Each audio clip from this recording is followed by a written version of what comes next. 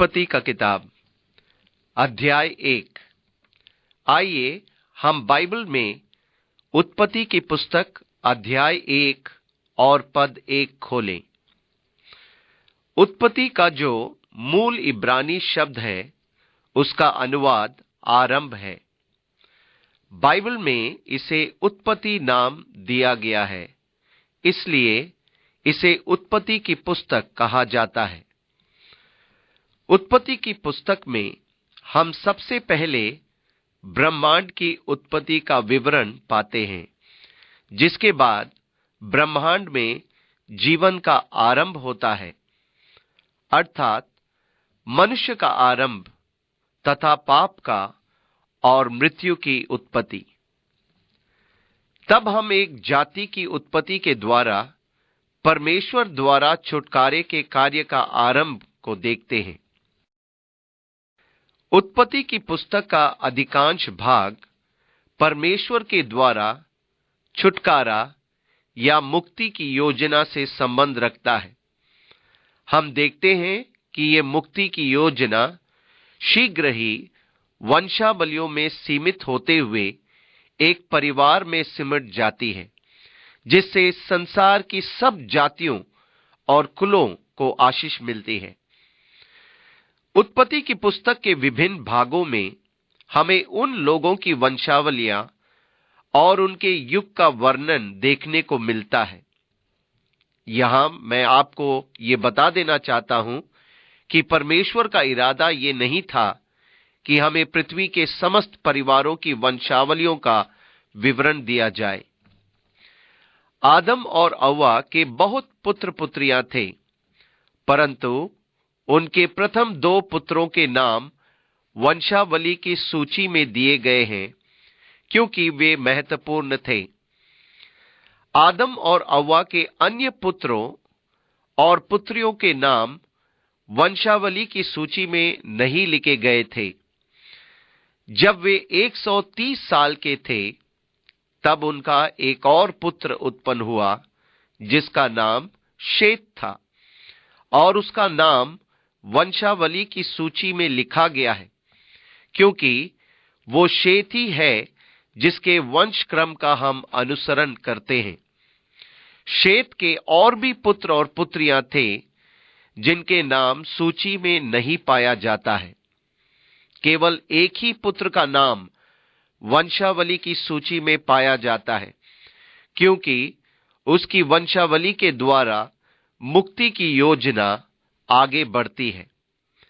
यद्यपि शेत के और भी पुत्र और पुत्रियां उत्पन्न तो हुए, परंतु उनका नाम इस सूची में नहीं जोड़ा गया, क्योंकि परमेश्वर के छुटकारे की योजना से उनका संबंध नहीं है। हम आदम की वंशावली से होते हुए अब्राहम के वंशक्रम में आते हैं।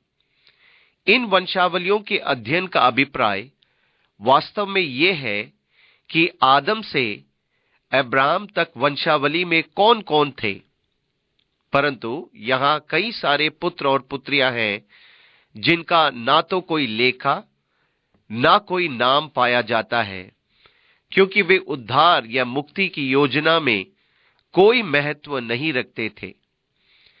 यहां उल्लेख केवल उन परिवारों का ही है जिन्होंने मनुष्य के छुटकारे में अहम भूमिका निभाई थी। इस कारण उन्हीं का वृत्तांत दिया गया है, अर्थात वंशावली की सूची में उनके ही नाम दिए गए हैं। इसके अलावा यह भी देखने को मिलता है कि कुछ के नाम कुछ ही दूर तक लिए गए तथा उन्हें छोड़ दिया गया, जैसे कि कैन की वंशावली के नाम, क्योंकि कैन की वंशावली परमेश्वर की उद्धार की योजना में कोई योगदान नहीं निभाई। क्योंकि उत्पत्ति का अर्थ है आरंभ, इसलिए यह उचित है कि पुस्तक का आरंभ इन शब्दों से हो, आदि में परमेश्वर ने। यह कब था? यह कितने समय पूर्व आरंभ हुआ था? हमारे विचार से तो इसकी था तक नहीं पहुंच सकते, यो कहें कि इसे समझ तक नहीं सकते हैं। मैं मानता हूं कि अनंत काल है, पर मैं अनंत को समझ नहीं सकता। मैं अंतरिक्ष को नहीं समझ सकता। मैं ये तो समझ सकता हूं कि जिसका कोई अंत नहीं है। मैं ये तो समझ सकता हूं कि समय पीछे जा सकता है जिसका कोई आरंभ नहीं है। मैं ये समझ सकता हूं कि समय आगे बढ़ जाएगा जिसका कोई अंत नहीं है, परंतु इसे वास्तविकता में समझ पाना मेरे समझ शक्ति के बाहर है। ये मेरी सीमित समझ से परे है। आदि में परमेश्वर ने, उत्पत्ति 1:1। आप इसे और अधिक पीछे की ओर नहीं जा सकते। कुछ ऐसे लोग हैं जो अंतिम शब्द को मिटाना चाहेंगे। वे वास्तव में अपने विवेक या अपने मन में परमेश्वर को रखना नहीं चाहते, क्योंकि उनके कार्य परमेश्वर की घोषणा का विरोध करते हैं। इसी प्रकार मूर्ख ने अपने मन में कहा, कोई परमेश्वर है ही नहीं। भजन संहिता 14:1। रोमियो की पुस्तक अध्याय 1 इन लोगों के विषय में इस प्रकार कहती है, इस कारण कि परमेश्वर को जानने पर भी उन्होंने परमेश्वर के योग्य बड़ाई और धन्यवाद न किया, परंतु व्यर्थ विचार करने लगे, यहां तक कि उनका निर्बुद्ध मन अंधेरा हो गया।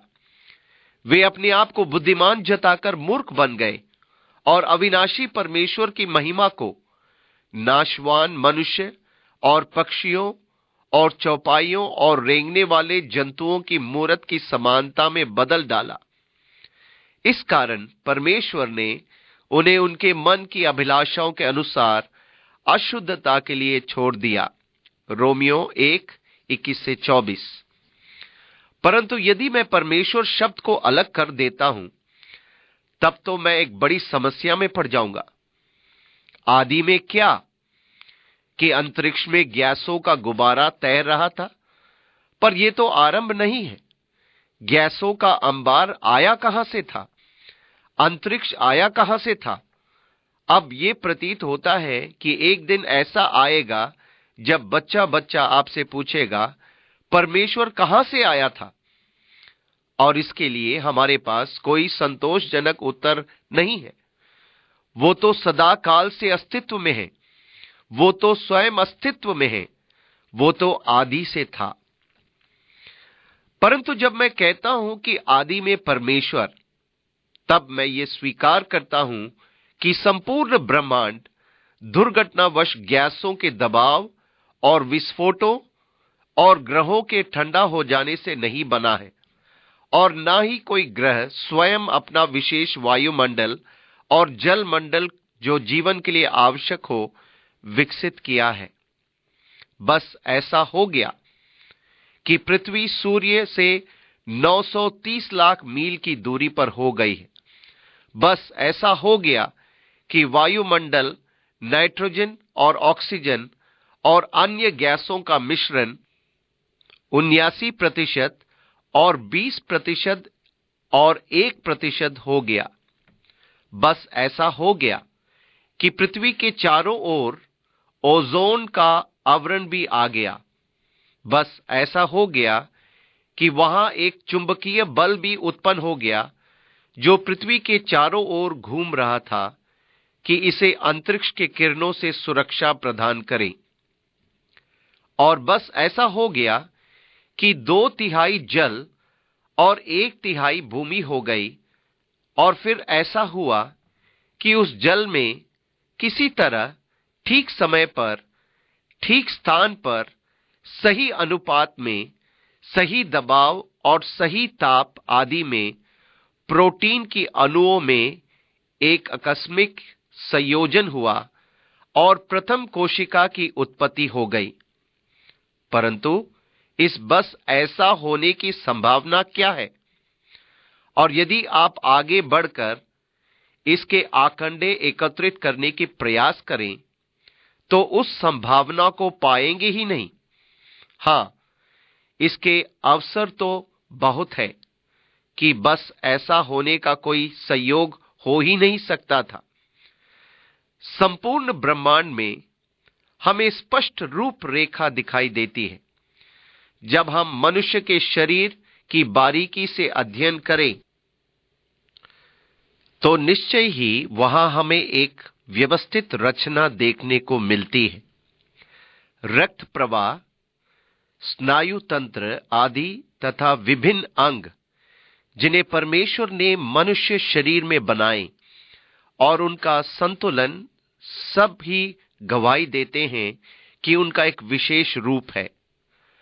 रचने वाले के बिना रचना हो ही नहीं सकती। आदि में रचयिता ने अर्थात आदि में परमेश्वर एक सर्वबुद्धिमान सर्वज्ञानी प्राणी, मेरे लिए ये समझना और इस पर विश्वास करना कहीं आसान है इसकी अपेक्षा कि मनुष्य के जीवन का उद्भव संयोगवंश हुआ, क्योंकि संयोगवंश उत्पत्ति की संभावना बहुत दूर की बात है।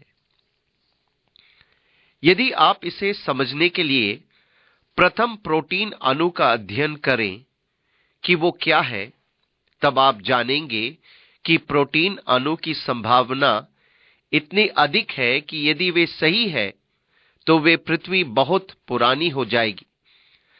जब मैं स्कूल में पढ़ता था तब मुझे सिखाया गया कि पृथ्वी 2 अरब वर्ष पुरानी है। अब जिसे हम खोज कहते हैं वो वास्तव में खोज नहीं है, पर मात्र एक आवश्यकता है जो उस समय पर उठ खड़ी हुई जब उन्होंने जाना कि जीवन की रचना की जटिलता तो 6 अरब वर्ष में भी पूरी नहीं होती है, और इसलिए अब वे ये कहते हैं कि पृथ्वी 10 अरब वर्ष पुरानी है। इस प्रकार जब मैं स्कूल जाता था तब पृथ्वी 2 अरब वर्ष पुरानी थी और अब ये 10 अरब वर्ष पुरानी है। परंतु मैं इतने वर्षों तक तो स्कूल में नहीं पढ़ता रहा, परंतु जहां तक 10 अरब वर्ष का प्रश्न है तो चलो उन्हें 10 अरब वर्ष भी दे देते हैं, पर ये वर्ष भी उपयुक्त दशाओं और उपयुक्त समय के लिए पर्याप्त न होंगे जिनमें दुर्घटनावश प्रथम प्रोटीन अणु बन पाया हो। यदि आप इन तमाम अनुपातों को प्रति सेकंड की दर से 1 अरब माने तब तो भी मेरे लिए यह विश्वास करना असंभव होगा। एक बार मैंने अपने आप को नास्तिक मानकर इस गुत्थी को सुलझाने की कोशिश की, परंतु सफल नहीं हुआ। परमेश्वर पर विश्वास नहीं करने की अपेक्षा परमेश्वर में विश्वास करना मुझे तो बहुत ही कठिन लगा। यदि आप परमेश्वर के अस्तित्व को इनकार करते हैं तो आपके पास आरंभ करने के लिए कोई आधार नहीं होगा। आदि में परमेश्वर। अब बाइबल हमें ये नहीं बताती कि आदि या प्रारंभ कब था, वहां केवल यही लिखा है आदि में।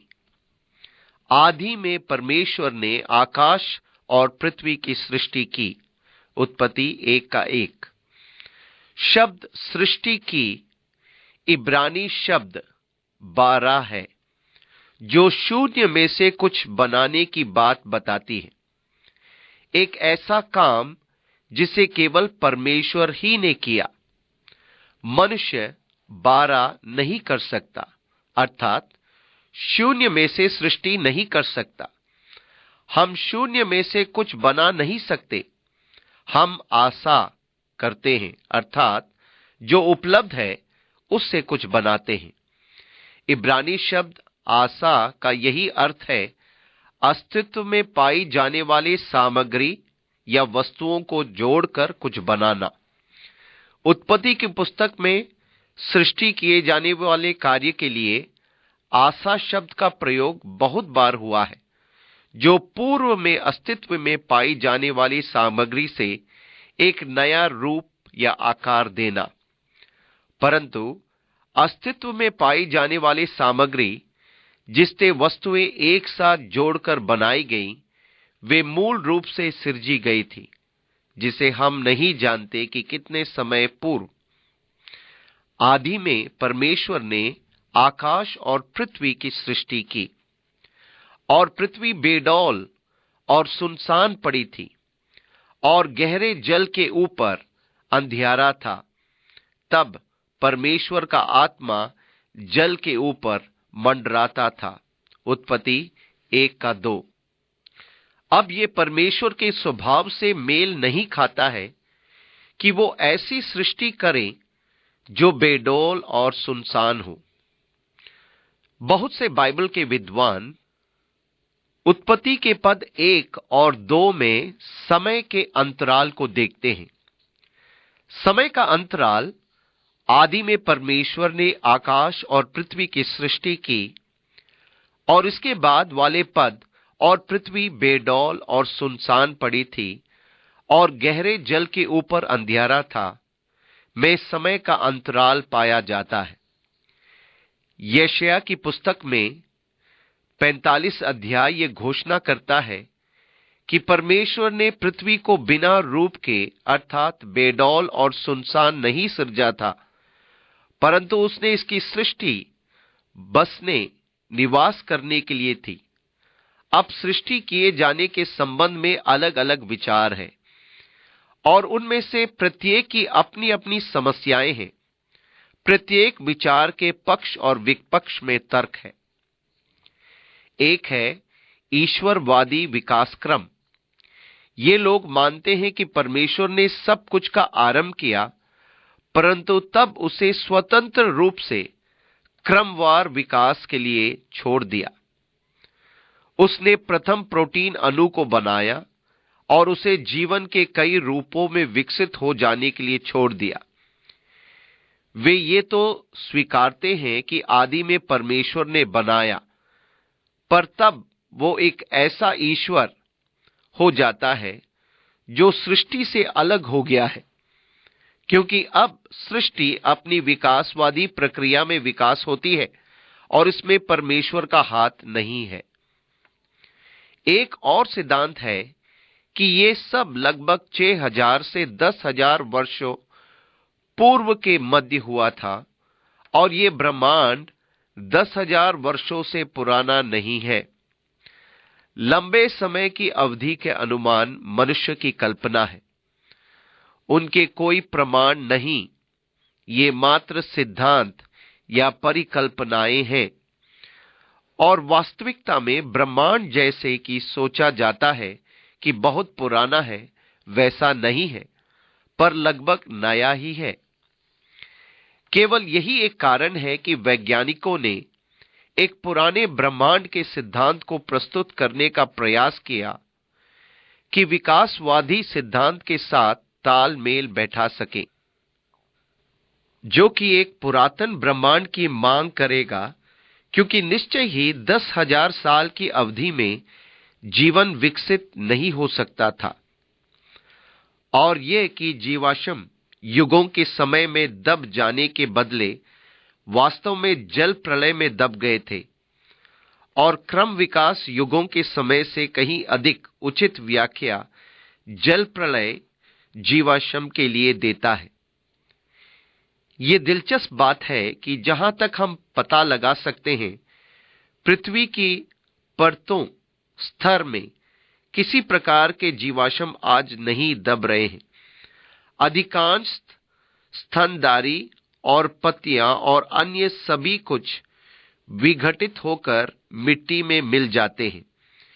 ये वास्तव में जीवाश्म नहीं है जो समुद्र तलों पर बनते हैं।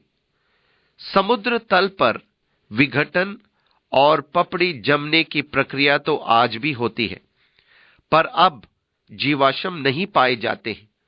इसलिए यदि वर्तमान समय में समुद्री जीवाश्मों में स्तंभों का विकास नहीं कर रहा है, तब वे कौन सी परिस्थितियां थी कि भूतकाल में जीवाश्मों के लंबे स्तंभ के विकास का कारण बनी थी?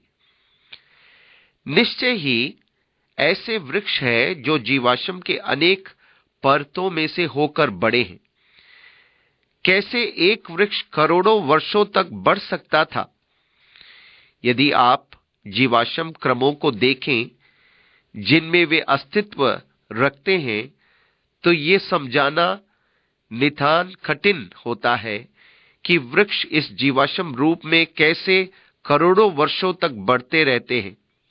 ये कैसे हो सकता है कि डायनासोर के पद चिन्ह के अंदर एक मनुष्य का पद चिन्ह हो, यदि डायनासोर पृथ्वी पर मनुष्य के बसने से वर्षों पूर्व विलोप हो चुके थे। अर्थ इन अपहीवल नामक पुस्तक, जिसे विल कोस्की द्वारा लिखी एक नई दिलचस्प पुस्तक है, जो विकास के आधार की एक रूपवाद के विरुद्ध एक महालेख है। वो अपनी इस पुस्तक में बताता है कि उस एक महाप्रलय पृथ्वी पर आया था। इस महाप्रलय के कारण अचानक से जानवरों का अंबार नष्ट हो गया और विभिन्न प्रकार के जानवरों की हड्डियां एक साथ जुड़ गई, जो कि प्राकृतिक रूप में एक साथ निवास नहीं करते थे और संभवतः एक दूसरे के भक्षक थे। उनकी हड्डियां किसी बल के कारण टूट गई और चकनाचूर हो गई और इंग्लैंड की एक गुफा में तथा अन्य स्थानों पर एक दूसरे के साथ रेत की परतों में दब गई। यदि निश्चय ही किसी महाप्रलय के कारण हुआ था, तो एक रूपतावाद के विरुद्ध एक साक्ष्य है।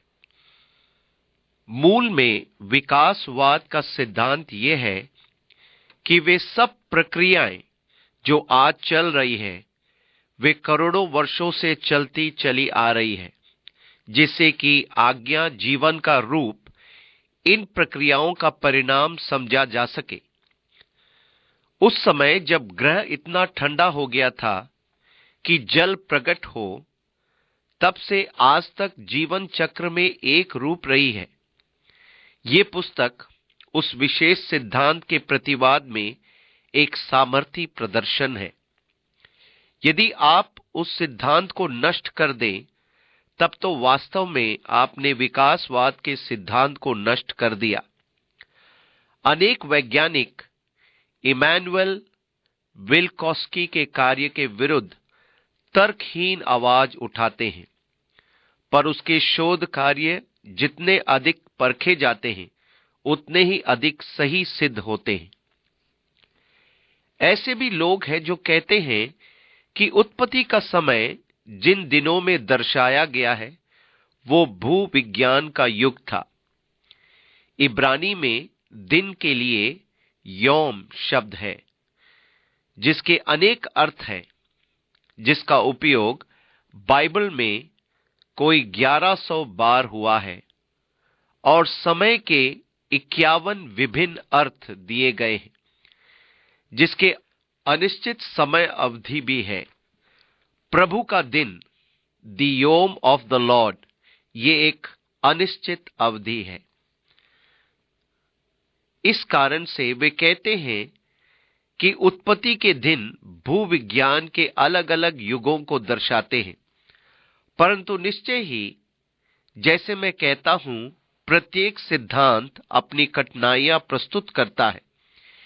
यदि वे भूवैज्ञानिक युगों के अनिश्चित काल या अवधियां हैं, तो इसके साथ कठिनाई ये है कि यदि परमेश्वर ने पृथ्वी पर तीसरे भूवैज्ञानिक युग में वनस्पति पौधों का जीवन उत्पन्न किया था और सूर्य पृथ्वी पर वास्तव में अपनी दशा से तब तक चमकता नहीं रहा था जब तक कि चौथे भूवैज्ञानिक युग न आ गया, तब संपूर्ण भूवैज्ञानिक युग में सूर्य के बिना किस प्रकार वनस्पति जीवन जीवित रहा था। और यदि परमेश्वर ने मनुष्य को छठवें भूवैज्ञानिक युग में बनाया था और उसने सातवें भूवैज्ञानिक युग में विश्राम किया था, तब तो इसका मतलब यह है कि आदम को बहुत पहले, अर्थात आठवें भूवैज्ञानिक युग में आदन की वाटिका से निकाल बाहर कर दिया होगा, और तब तो आदम को 912 वर्षों से कहीं अधिक बड़ा होना चाहिए था। इस कारण उसकी आयु भी समस्याएं खड़ी कर देती है। अब ये विचार कि परमेश्वर ने सब कुछ लगभग 10,000 वर्षों पूर्व सृजा था, एक दिलचस्प विचार है और एक दिलचस्प धारणा। इसके विरुद्ध तर्क भी करना कठिन है। बाइबल में ऐसे पद हैं जो कहते हैं, क्योंकि 6 दिन में परमेश्वर ने आकाश और पृथ्वी की सृष्टि की और वे सब जो उनमें है। ये सच्चाई कि आदम के पाप के कारण मृत्यु ने प्रवेश किया, तब जीवाश्म का लेखा जोखा आदम के पास के पहले मृत्यु को कैसे प्रमाणित कर सकता था। दिलचस्प तर्क।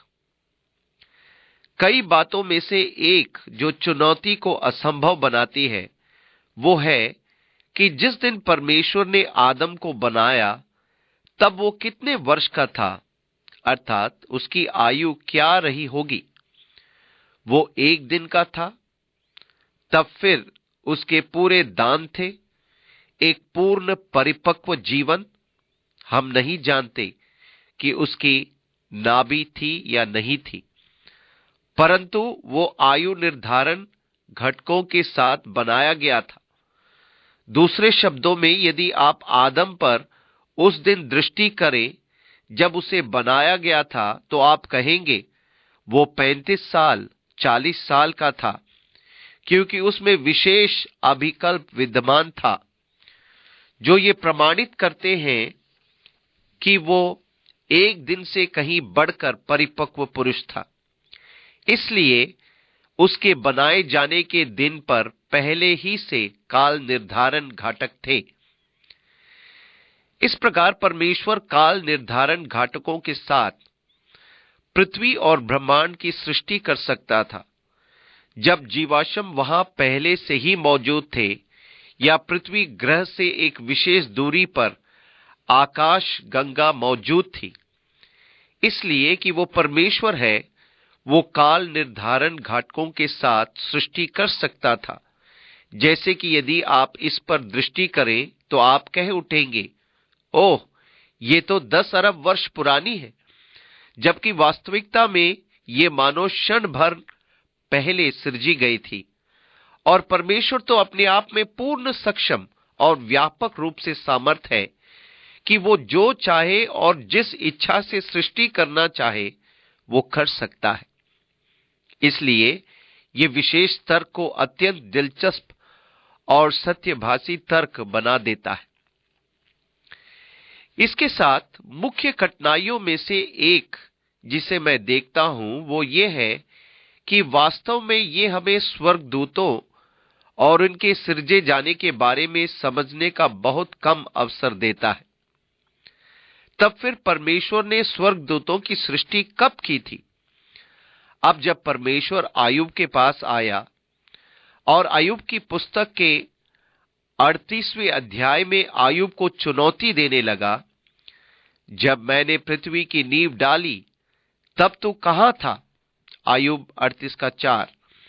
और परमेश्वर पृथ्वी की नींव डाले जाने के विषय में बोल रहा है जब सुबह के तारों ने एक साथ मिलकर गाया, अर्थात स्वर्गदूत एक साथ गा रहे थे जब परमेश्वर ने संसार की नींव डाली।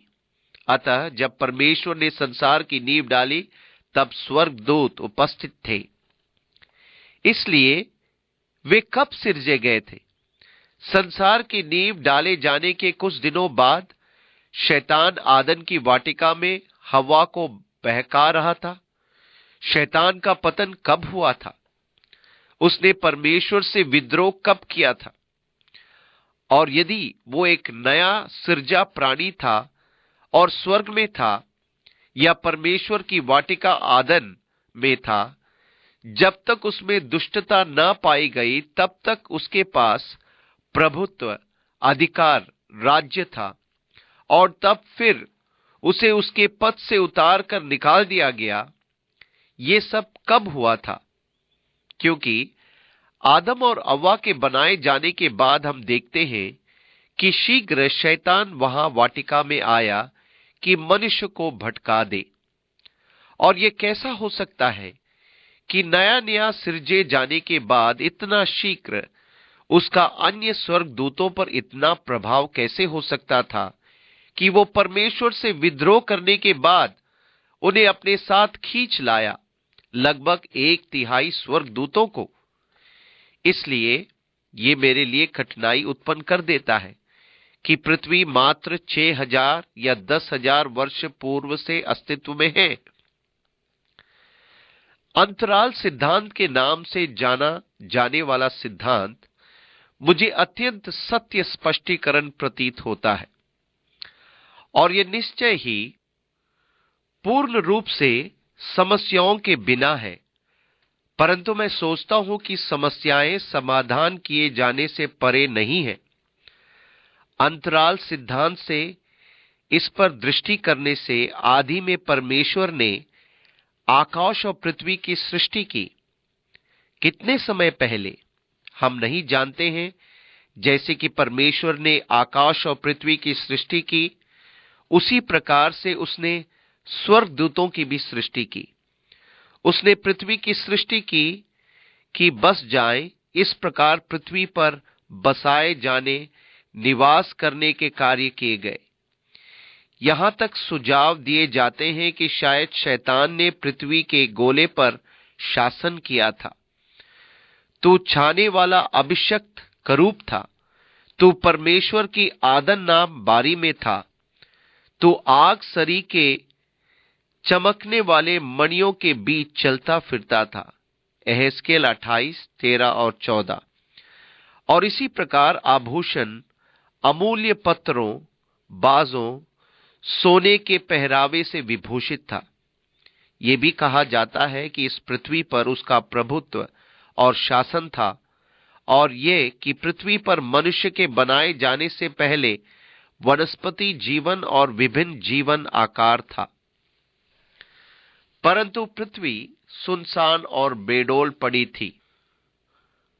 और ये उत्पत्ति 1 अध्याय के पद 2 में मूल इब्रानी में इस प्रकार है, और पृथ्वी बेडौल और सुनसान पड़ी थी। ये कैसे बेडौल और सुनसान हो गई थी? ऐसा सुझाव दिया जाता है कि शैतान द्वारा विद्रोह किए जाने के समय परमेश्वर का प्रकोप उंडेला गया और पृथ्वी गहरे जल में जम गई। उस गहराई को जल ने ढांप लिया और जल के ऊपर परमेश्वर का आत्मा मंडराता था। यह कि पृथ्वी जल से ढांप गई और बर्फ जम गई और एक युग के लिए त्याग दी गई, एक महाहिम युग। अब यह देखने के लिए बहुत से प्रमाण हैं कि पृथ्वी हिम युग से उभर कर आई है। हो सकता है कि अभी 10,000 वर्ष भी न हुए हो, और इसके लिए मैं आपको इमैनुअल विल्कोस्की की पुस्तक वर्ल्ड्स इन कोलिजन पढ़ने की सलाह देता हूं। इस पुस्तक में वो उस सच्चाई की ओर संकेत देता है, जो कि सच में दिलचस्प है, कि नियागरा जल प्रपात द्वारा खड्ड बनाया जाता रहा है। ये खड्ड प्रतिवर्ष 1 फुट गहरा होता जा रहा है। नियागरा जल प्रपात का विशाल जल प्रतिवर्ष 1 फुट की दर से भूमि काटता जा रहा है। कनाडा देश की ओर वहां एक होटल बना है, जिसका निर्माण इस जलप्रपात के ठीक किनारे पर 100 वर्षों पूर्व किया गया था। परंतु अब ये जलप्रपात से 100 फुट की दूरी पर है, क्योंकि प्रत्येक वर्ष प्रपात के जल के किनारे 1 फुट की दर से कम होते जा रहे हैं। नियागरा जलप्रपात से जो कटाव बन गया था वो 7,000 फीट लंबा था, और ये पहले के समय में हिम नदी के पिघलने का एक वर्तमान तर्क है कि जल का बहाव आज की तुलना में अत्यंत तीव्र था, और पहले के समय में भूमि कटाव कहीं बढ़कर हो सकता था, कम मात्रा में नहीं, क्योंकि तब बहाव बहुत तेज था। और अन्य दूसरे भी प्रमाण हैं कि जो ये दिखाते हैं कि पृथ्वी अंतिम हिम युग में से 7,000 से भी कम समय पहले निकली थी। जो कि उस समय अत्यंत दिलचस्प बन जाता है जब हम उत्पत्ति के वृत्तांत को देखते हैं, जो कि मनुष्य को पृथ्वी पर लगभग 6000 वर्ष पूर्व अस्तित्व में आना दिखाता है। अब विनाश के पूर्व पृथ्वी पर किस प्रकार के जीवन के रूप रहे होंगे, ये हम नहीं जानते। परमेश्वर ये नहीं बताता, परंतु मनुष्य अपने वर्तमान स्वरूप में आदम के समय से पृथ्वी पर 6000 वर्षों से विद्यमान है। इसलिए अंतराल का सिद्धांत उत्पत्ति 1:1 को देखें, जो मूल सृष्टि का ही वर्णन है। जब परमेश्वर ने पृथ्वी की पुनः सृष्टि करना आरंभ किया, जिससे कि मनुष्य को उसमें उसके वर्तमान स्वरूप में रखें, इस प्रकार उत्पत्ति में पुनः सृष्टि के जिन दिनों का वर्णन है, वो वास्तव में पुनः सृजन किया जाना है, जहां परमेश्वर पृथ्वी को ऐसा बना रहा था कि उस पर मनुष्य को रखा जा सके। ये निश्चय ही एक अत्यंत दिलचस्प सिद्धांत है, एक नितांत सत्यभाषी सिद्धांत। ये निश्चय ही उन सब समस्याओं का उत्तर दे देगा जो वैज्ञानिकों द्वारा उठाई जाती है, जो ये सिद्ध करने के खोज में लगे रहते हैं कि पृथ्वी यहां अरबों वर्षों से है। यहां उत्पत्ति 1 में परमेश्वर ने जो कहा, उसके सामंजस्य से ये बाहर नहीं होता है।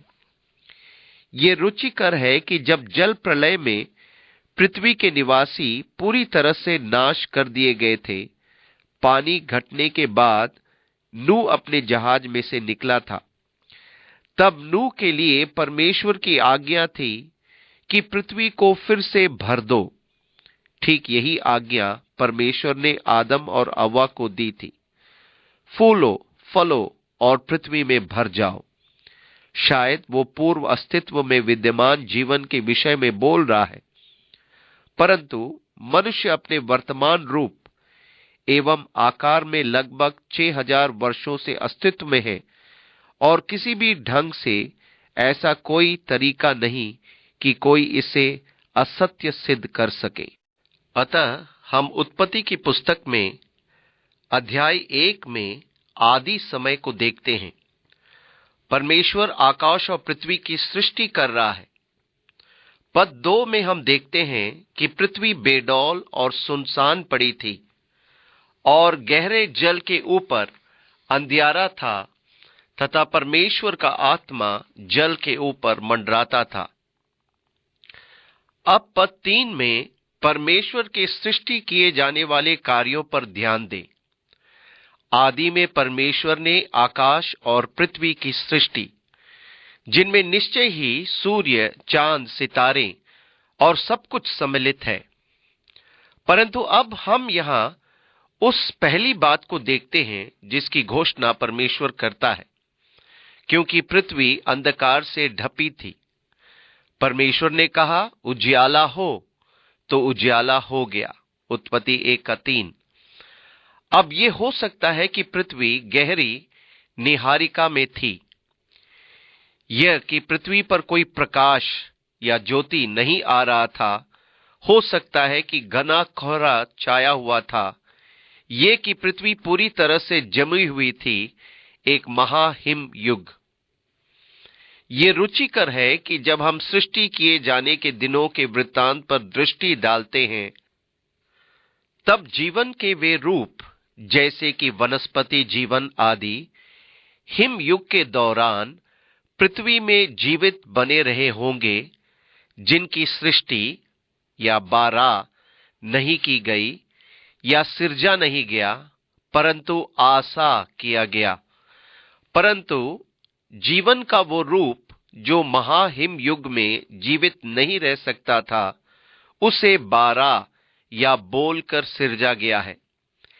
ये जीवन के बहुत से रूप है जो कि बर्फीले हिम युग में जीवित रह सकते थे और उन्हें फिर से फूट पड़ने, अंकुरित होने, पौधे बनने, फूलने, फलने के लिए एक यथोचित वातावरण की आवश्यकता थी। एक बार वर्षों पूर्व यहां मरुस्थल में एक असाधारण तूफान आया और एक झील जो वर्षों से सूखी पड़ी थी वो पानी से भर गई। और वहां वैज्ञानिकों ने क्या पाया कि उस झील के जल में जीवित झींगे थे। कहने का तात्पर्य यह है कि उस मिट्टी में पुराना जीवन विद्यमान था। उस सूखी झील में निष्क्रिय जीवन को जीवन देने के लिए जल आवश्यक था। इस प्रकार जीवन के ऐसे कई प्रकार हैं जो जीवित बने रह सकते हैं, पर ऐसा भी है जो जीवित बने नहीं रह सकते हैं।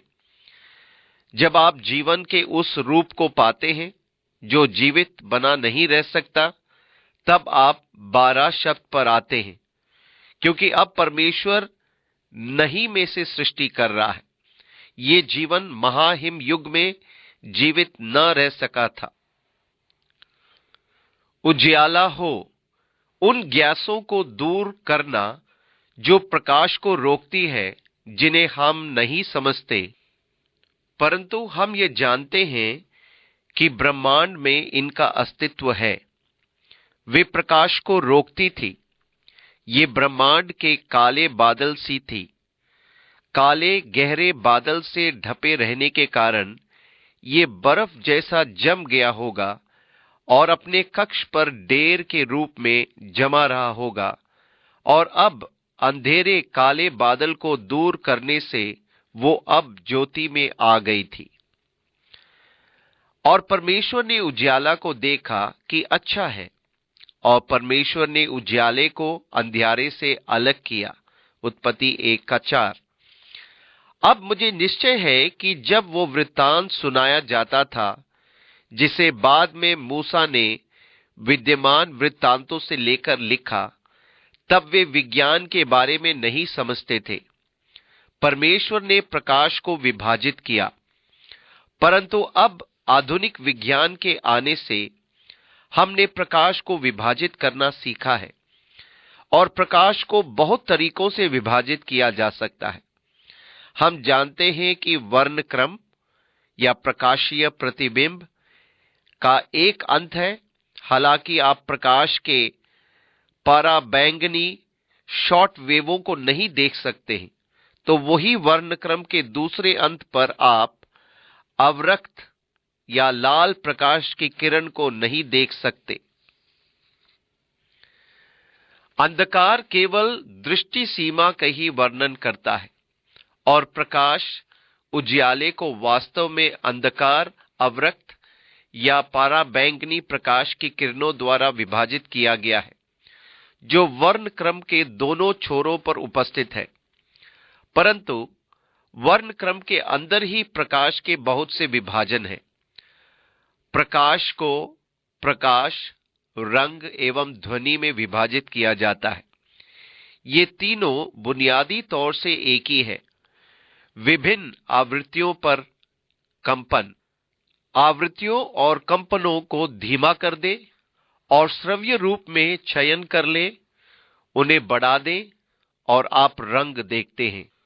और इस प्रकार प्रकाश का विभाजन अत्यंत दिलचस्प लगेगा।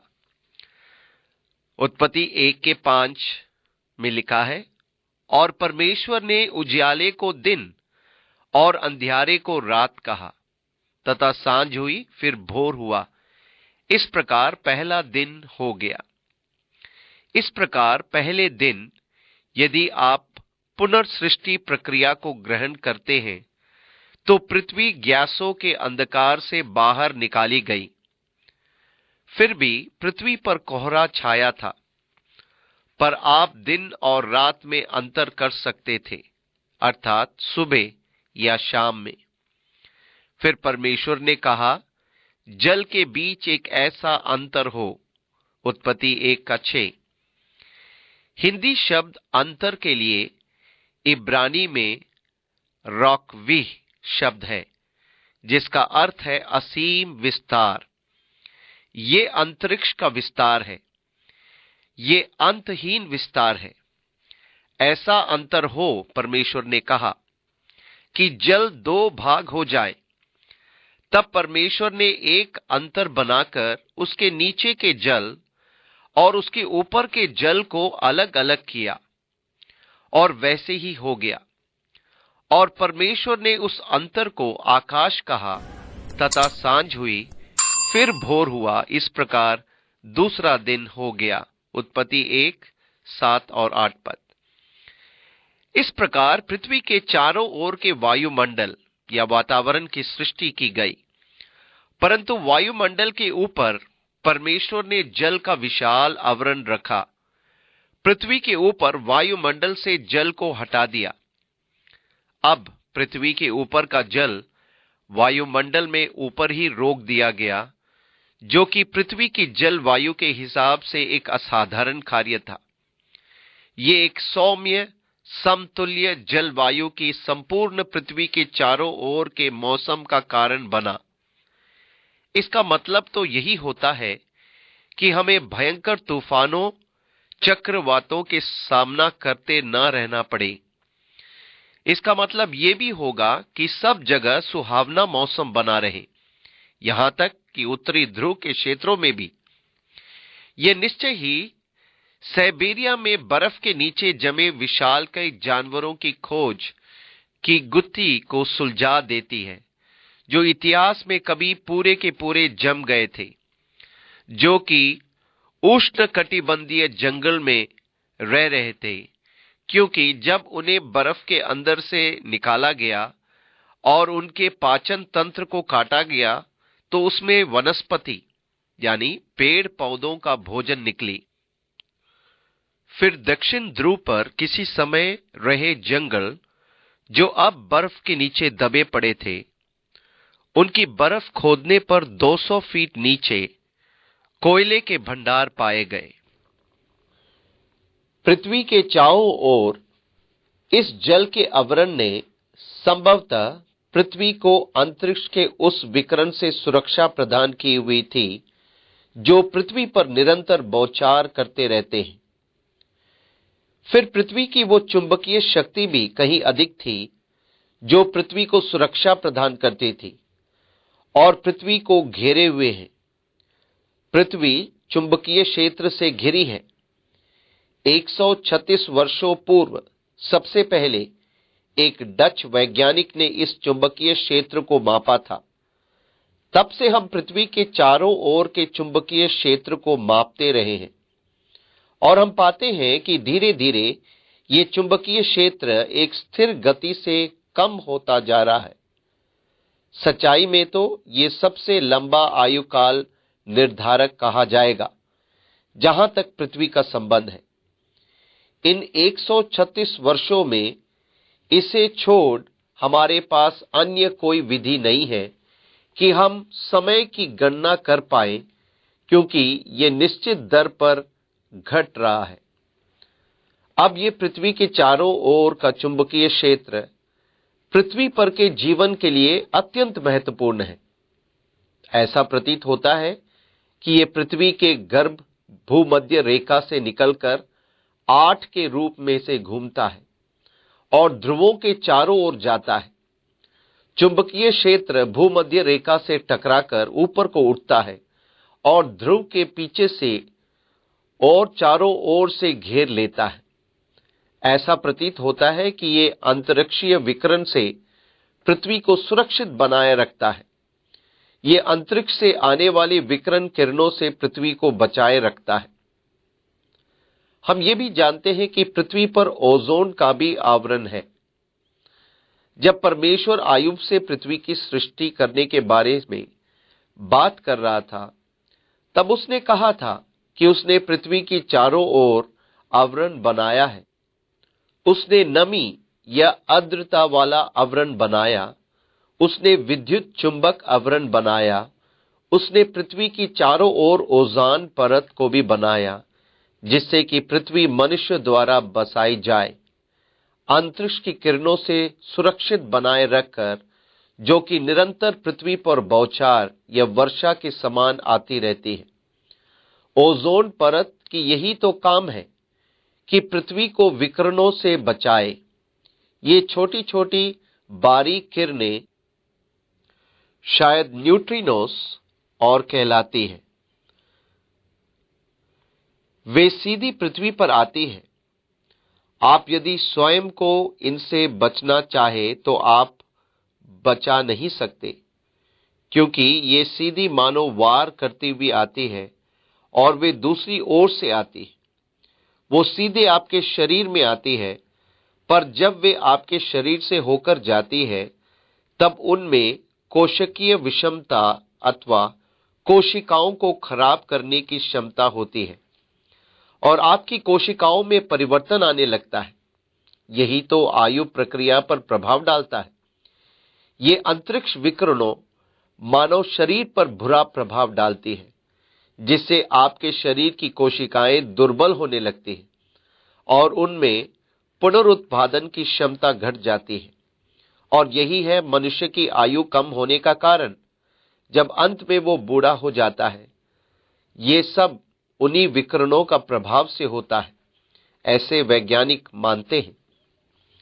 अब जल की सतह पृथ्वी की चारों ओर से भारी सुरक्षा प्रदान करता था और ये विद्युतीय चुंबक क्षेत्र, जो आज की तुलना में कहीं अधिक शक्तिशाली था, अंतरिक्ष से आने वाले हानिकारक किरणों को रोक देता था।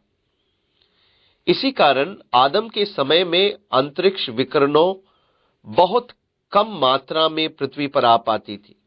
इसलिए मनुष्य एक लंबा जीवन जीता था और उसकी आयु बहुत लंबी होती थी। यदि हम मनुष्य के शरीर और उसके कोशिका के पुनर्जीवन का अध्ययन करते हैं तो पाते हैं कि बूढ़ा होना प्रकृति में एक असामान्य बात है। कोशिका का समाप्त होना एक असामान्य घटना है जो मनुष्य के शरीर में प्रवेश कर गई है। शरीर को इस रूप में बनाया गया है कि यदि कहीं शरीर में रचनात्मक परिवर्तनों का आरंभ न होता तो वो सदा जीवित रहता, क्योंकि शरीर अपने आप को नया बनाता जाता और कोशिकाओं को पुनः उत्पन्न करता रहता। परंतु मनुष्य के आयुर्विज्ञान के इतिहास में कहीं न कहीं कोई ऐसे विनाशकारी वस्तु आ गई जो आयु के कम होने का कारण बन गई। अब जल प्रलय से पहले और प्रलय के समय पर यह जल का आवरण जो वायुमंडल के चारों ओर से घेरे था, हटा दिया गया और इस जल आवरण को हटाए जाने पर संभवतः सुरक्षा को हटाना भी हुआ और इस प्रकार जल प्रलय के बाद मनुष्य का जीवन काल नाटकीय ढंग से कम हो गया। लगभग 900 वर्ष के औसत से घटकर 100-125 वर्षों में सिमट गया। मात्र एक पीढ़ी में ही असाधारण दीर्घ आयु कम कर दी गई, क्योंकि अचानक से सुरक्षा कवच, परत और आवरण हटा लिया गया था। परंतु परमेश्वर ने यहां दूसरे दिन की सृष्टि करने पर इस सुरक्षा आवरण, इस जल को वायुमंडल से हटा दिया जो कि पृथ्वी के ऊपर था। जैसे कि लिखा है, गहरे जल के ऊपर अंधियारा था और परमेश्वर ने जल को वायुमंडल में अलग अलग किया और इस अंतर को आकाश कहा और पृथ्वी पर जो जल एकत्र किया उसे समुद्र कहा। अब ये दिलचस्प बात है कि वो समुद्रों कहता है, क्योंकि उत्पत्ति के लिखे जाने के समय वे केवल एक समुद्र को जानते थे जो कि भूमध्य सागर है। समुद्र बहुवचन में क्यों है? क्योंकि परमेश्वर जानता था कि जल एक ही स्थान पर जमा नहीं है, पर भिन्न भिन्न स्थानों पर, जिनसे समुद्र और सागर बने। इसलिए उसने बहुवचन प्रयोग किया। उत्पत्ति को किसने लिखा? ठीक है, सामान्य रूप से माना जाता है कि इसका लेखक मूसा है, परंतु निश्चित रूप से मूसा को लेखन सामग्री कहीं से तो लेनी पड़ी होगी। ये मात्र कल्पना है कि आदम ने ही पहला वृत्तांत लिखा था। आज शाम को मैं यूं ही युगों के संबंध में खोजबीन करने में लगा था कि उत्पत्ति के 5वें अध्याय में एक छोटी पर सटीक सच्चाई देखने को मिली और ये नूह के पिता लामेक के बारे में है। जब नूह के पिता का जन्म हुआ था तब आदम जीवित था और वे कई वर्षों तक समकालीन रहे थे। इसलिए एक संभावना ये भी है कि नूह के पिता ने आदन की वाटिका और उनके वाटिका में से निकाल दिए जाने और वाटिका की सुरक्षा के लिए स्वर्गदूतों का पहरा बैठाए जाने और सृष्टि के आरंभ की तमाम बातें सीधे उसके मुंह से सुनी होगी। और फिर लामेक ने वे सारी बातें नूह को बताई, और फिर नूह ने अपने पुत्रों हाम, शेम और यापेत को बताई होगी। और जब इब्राहिम का जन्म हुआ था तब शेम जीवित था, और इसलिए आपके पास वास्तव में ऐसी कहानी नहीं जो बहुतों से होकर इब्राहिम तक पहुंची होगी। इसे एक संभावना के रूप में देखा जा सकता है। और अब तीसरे दिन फिर परमेश्वर ने कहा, आकाश के नीचे का जल एक स्थान में इकट्ठा हो जाए और सूखी भूमि दिखाई दे, और वैसे ही हो गया। और परमेश्वर ने सूखी भूमि को पृथ्वी कहा, तथा जो जल इकट्ठा हुआ उसने उसको समुद्र कहा। और परमेश्वर ने देखा कि अच्छा है। फिर परमेश्वर ने कहा, पृथ्वी से हरी घास तथा बीज वाले छोटे छोटे पेड़ और फलदायी वृक्ष भी, जिनके बीज उन्हीं में एक एक की जाति के अनुसार है, पृथ्वी पर उगे। और वैसे ही हो गया। उत्पत्ति 1:9-11। यहां घास और वनस्पति एक कुंजी है जो अपने अपने जाति के अनुसार और बीज उत्पन्न करने वाले पेड़ पौधों से है। हम इसे कभी झूठा ठहरा नहीं सकते हैं। हजारों वर्षों से मनुष्य गेहूं का फसल उगा रहे हैं, और उसे अभी भी गेहूं का फसल उगाने के लिए बीज डालना होता है कि फिर से बीज प्राप्त करें और फिर से खेती करें। ये अपनी अपनी जाति के अनुसार बीज उत्पन्न करने वाले वनस्पति है। प्रत्येक के भीतर ही उसकी जाति का बीज होता है, जो उसी जाति का पुनः उत्पादन करता है। सच में ये आश्चर्यजनक है। यहां से हम परमेश्वर के आविष्कारशील स्वभाव एवं प्रतिभा को भी देखना आरंभ करते हैं। अपनी एक एक जाति के अनुसार बीजों का सृजन करना, परंतु उन बीजों के लिए यह आवश्यक होगा कि दूसरे क्षेत्रों में अपना विसर्जन करें। इसलिए मैं इन विभिन्न प्रकार के तरीकों से लुभाया जाता हूं कि परमेश्वर ने बीजों में ऐसा प्रबंध किया है कि उनका विसर्जन भी अपने आप हो। फिर ऐसे छोटे छोटे बीज हैं जैसे चीड़ के वृक्ष के हैं। यदि ये ठीक वृक्ष के नीचे गिर जाते हैं तब तो वे संभवतः लंबे समय तक बने नहीं रह सकते, क्योंकि माता वृक्ष अपने नीचे और आसपास की जमीन से अधिकाधिक पोषण ले लेती है। और इन बीजों के उगने के लिए जगह की कमी और वृक्ष की डालियां एवं शाखाओं के फैलाव के कारण धूप की कमी के कारण बनती है। इसलिए इन्हें वृक्ष से छिटकाकर या मानो उड़कर कहीं दूर तक जाना पड़ेगा। इसलिए परमेश्वर ने क्या किया? उसने उस छोटे से बीज में छोटी छोटी पंखनुमा फुनगी बनाई, और जब चीड़ का फल खुल जाता है तो ये फटता है, और छोटे छोटे बीज उन फुनगियों के कारण मानो रॉकेट के समान उड़कर दूर चले जाते हैं कि अच्छी मिट्टी पाने पर नए पौधों में उगकर विकसित हो। आश्चर्यजनक संयोग। कभी आपने इस पर सोचा? ये परमेश्वर की कारीगरी है। मुझे आश्चर्य होता है कि चीड़ के वृक्ष को कितना समय लगा होगा कि वो ये निर्णय ले, मैं अपने बीज बाहर फैलाना चाहता हूं, और वो बीज पर छोटे छोटे पंख को विकसित कर देता है। फिर वहां अन्य बीज है कि जब फलियां सूख जाती हैं तब वे फट जाती हैं, और उनके बीज यहां वहां फैल जाते हैं अपनी अपनी जाति के अनुसार। फिर ऐसे भी बीज होते हैं जिनमें छोटे छोटे कांटे होते हैं, और जब जानवर जंगल में चर रहे होते हैं तब पौधों या झाड़ियों से रगड़ने के कारण ये बीज उनके पूंछ में चिपक जाते हैं। आप भी जब घास या ऐसे स्थानों से जाते हैं तो आपके पैंट या मोजे या जूते चप्पल पर चिपक कर ये दूर दूर तक चले जाते हैं। हालांकि इनके चिपकने के आप खुजलाहट महसूस करते हैं और जब कहीं दूर जाकर इन्हें झाड़ते हैं तब आप मानो इन्हें दूर दूर तक फैलाने या छिटकाने का काम करते हैं। ओह, आप भी इनको फैलाने का काम करते हैं।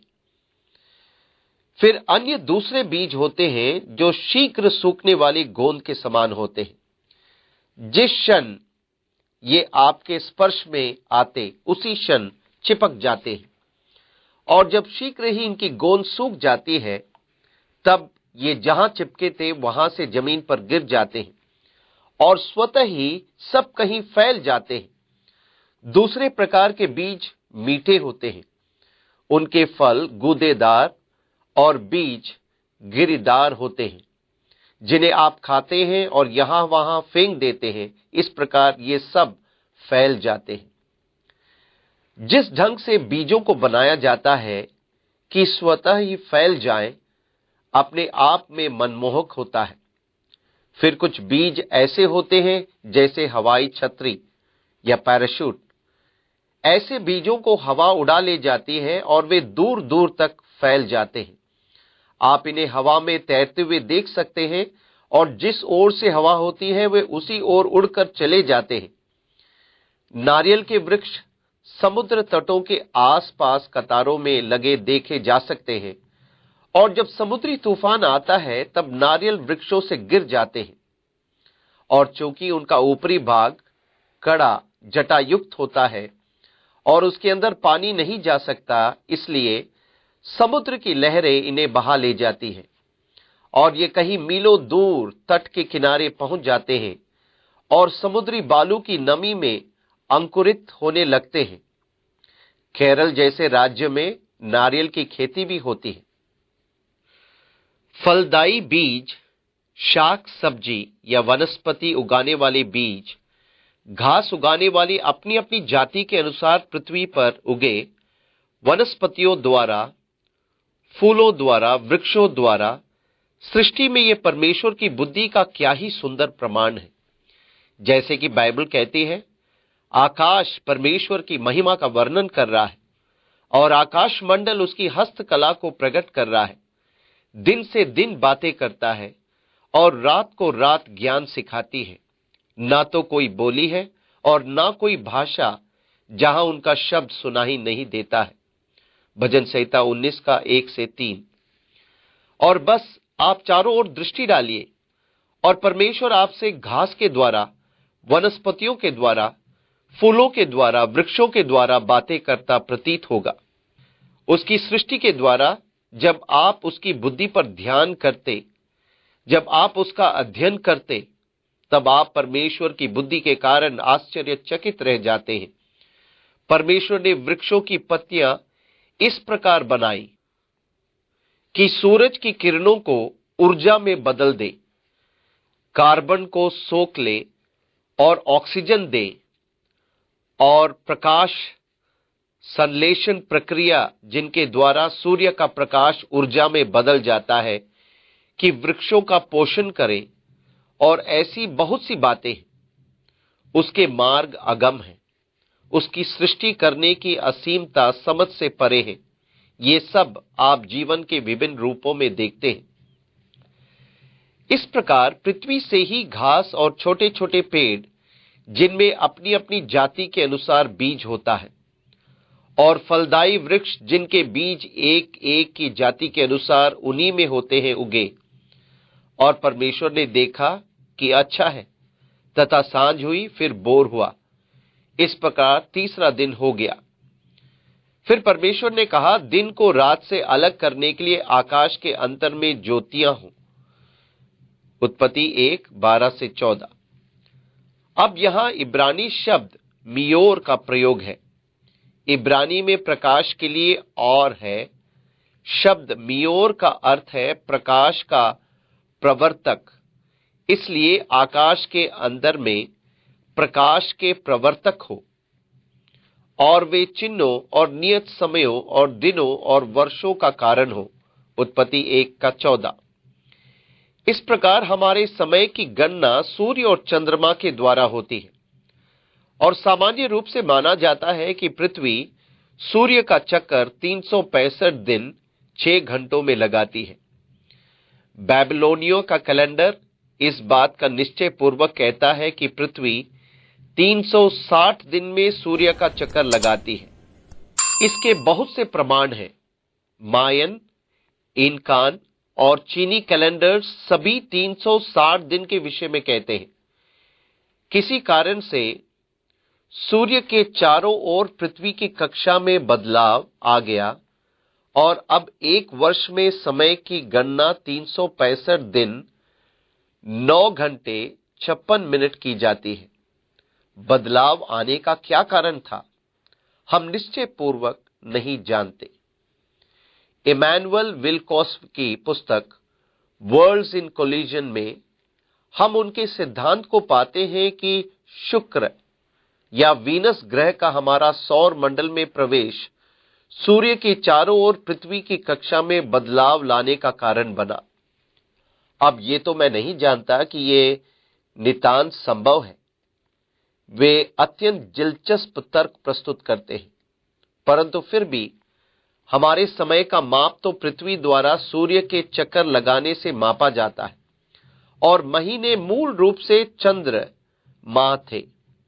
चंद्रमा पृथ्वी के चारों ओर परिक्रमा पथ पर चक्कर लगाता है, उसी से समय को मापा जाता है। इसलिए वो चिन्हों और नियत समयों और दिनों और वर्षा का कारण है। इसलिए ये अत्यंत रुचिकर बन जाता है।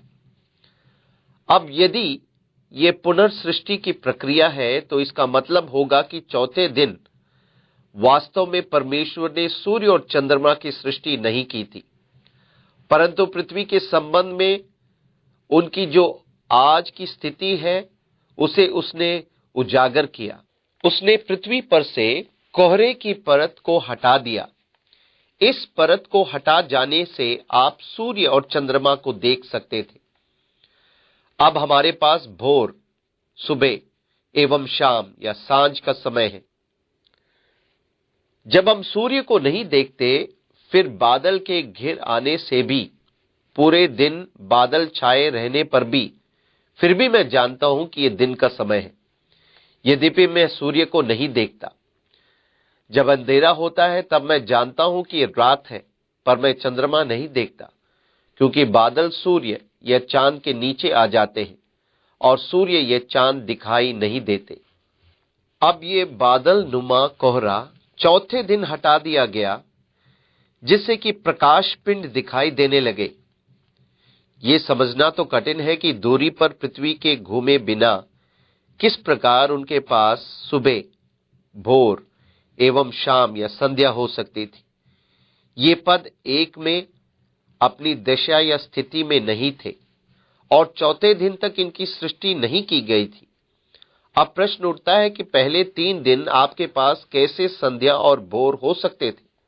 इसलिए वे अंतराल सिद्धांत को मान्यता प्रदान करते प्रतीत होते हैं कि आकाश और पृथ्वी को पद एक में सिरजा गया था। इसके बाद का वृतांत है वो नई सृष्टि का। अब जो कि कोहरे के बादल हटा दिए गए थे और सूर्य एवं चंद्रमा प्रत्यक्ष हो गए थे, वर्ष, माह और दिन को चिन्हांकित करने के लिए समय के सूचक के रूप में उपयोग किए जाते थे और बड़ी ज्योति दिन पर प्रभुता करने के लिए और छोटी ज्योति रात पर प्रभुता करने के लिए। अब जैसे कि हम जानते हैं, चंद्रमा में अपना प्रकाश नहीं होता। ये बाइबल के पद का विरोधी नहीं, इसे तो बस प्रकाश का परावर्तक कहा गया। जैसे एक दर्पण प्रकाश का परावर्तक होता है, वैसे ही चंद्रमा है। आप प्रयोग कर सकते हैं।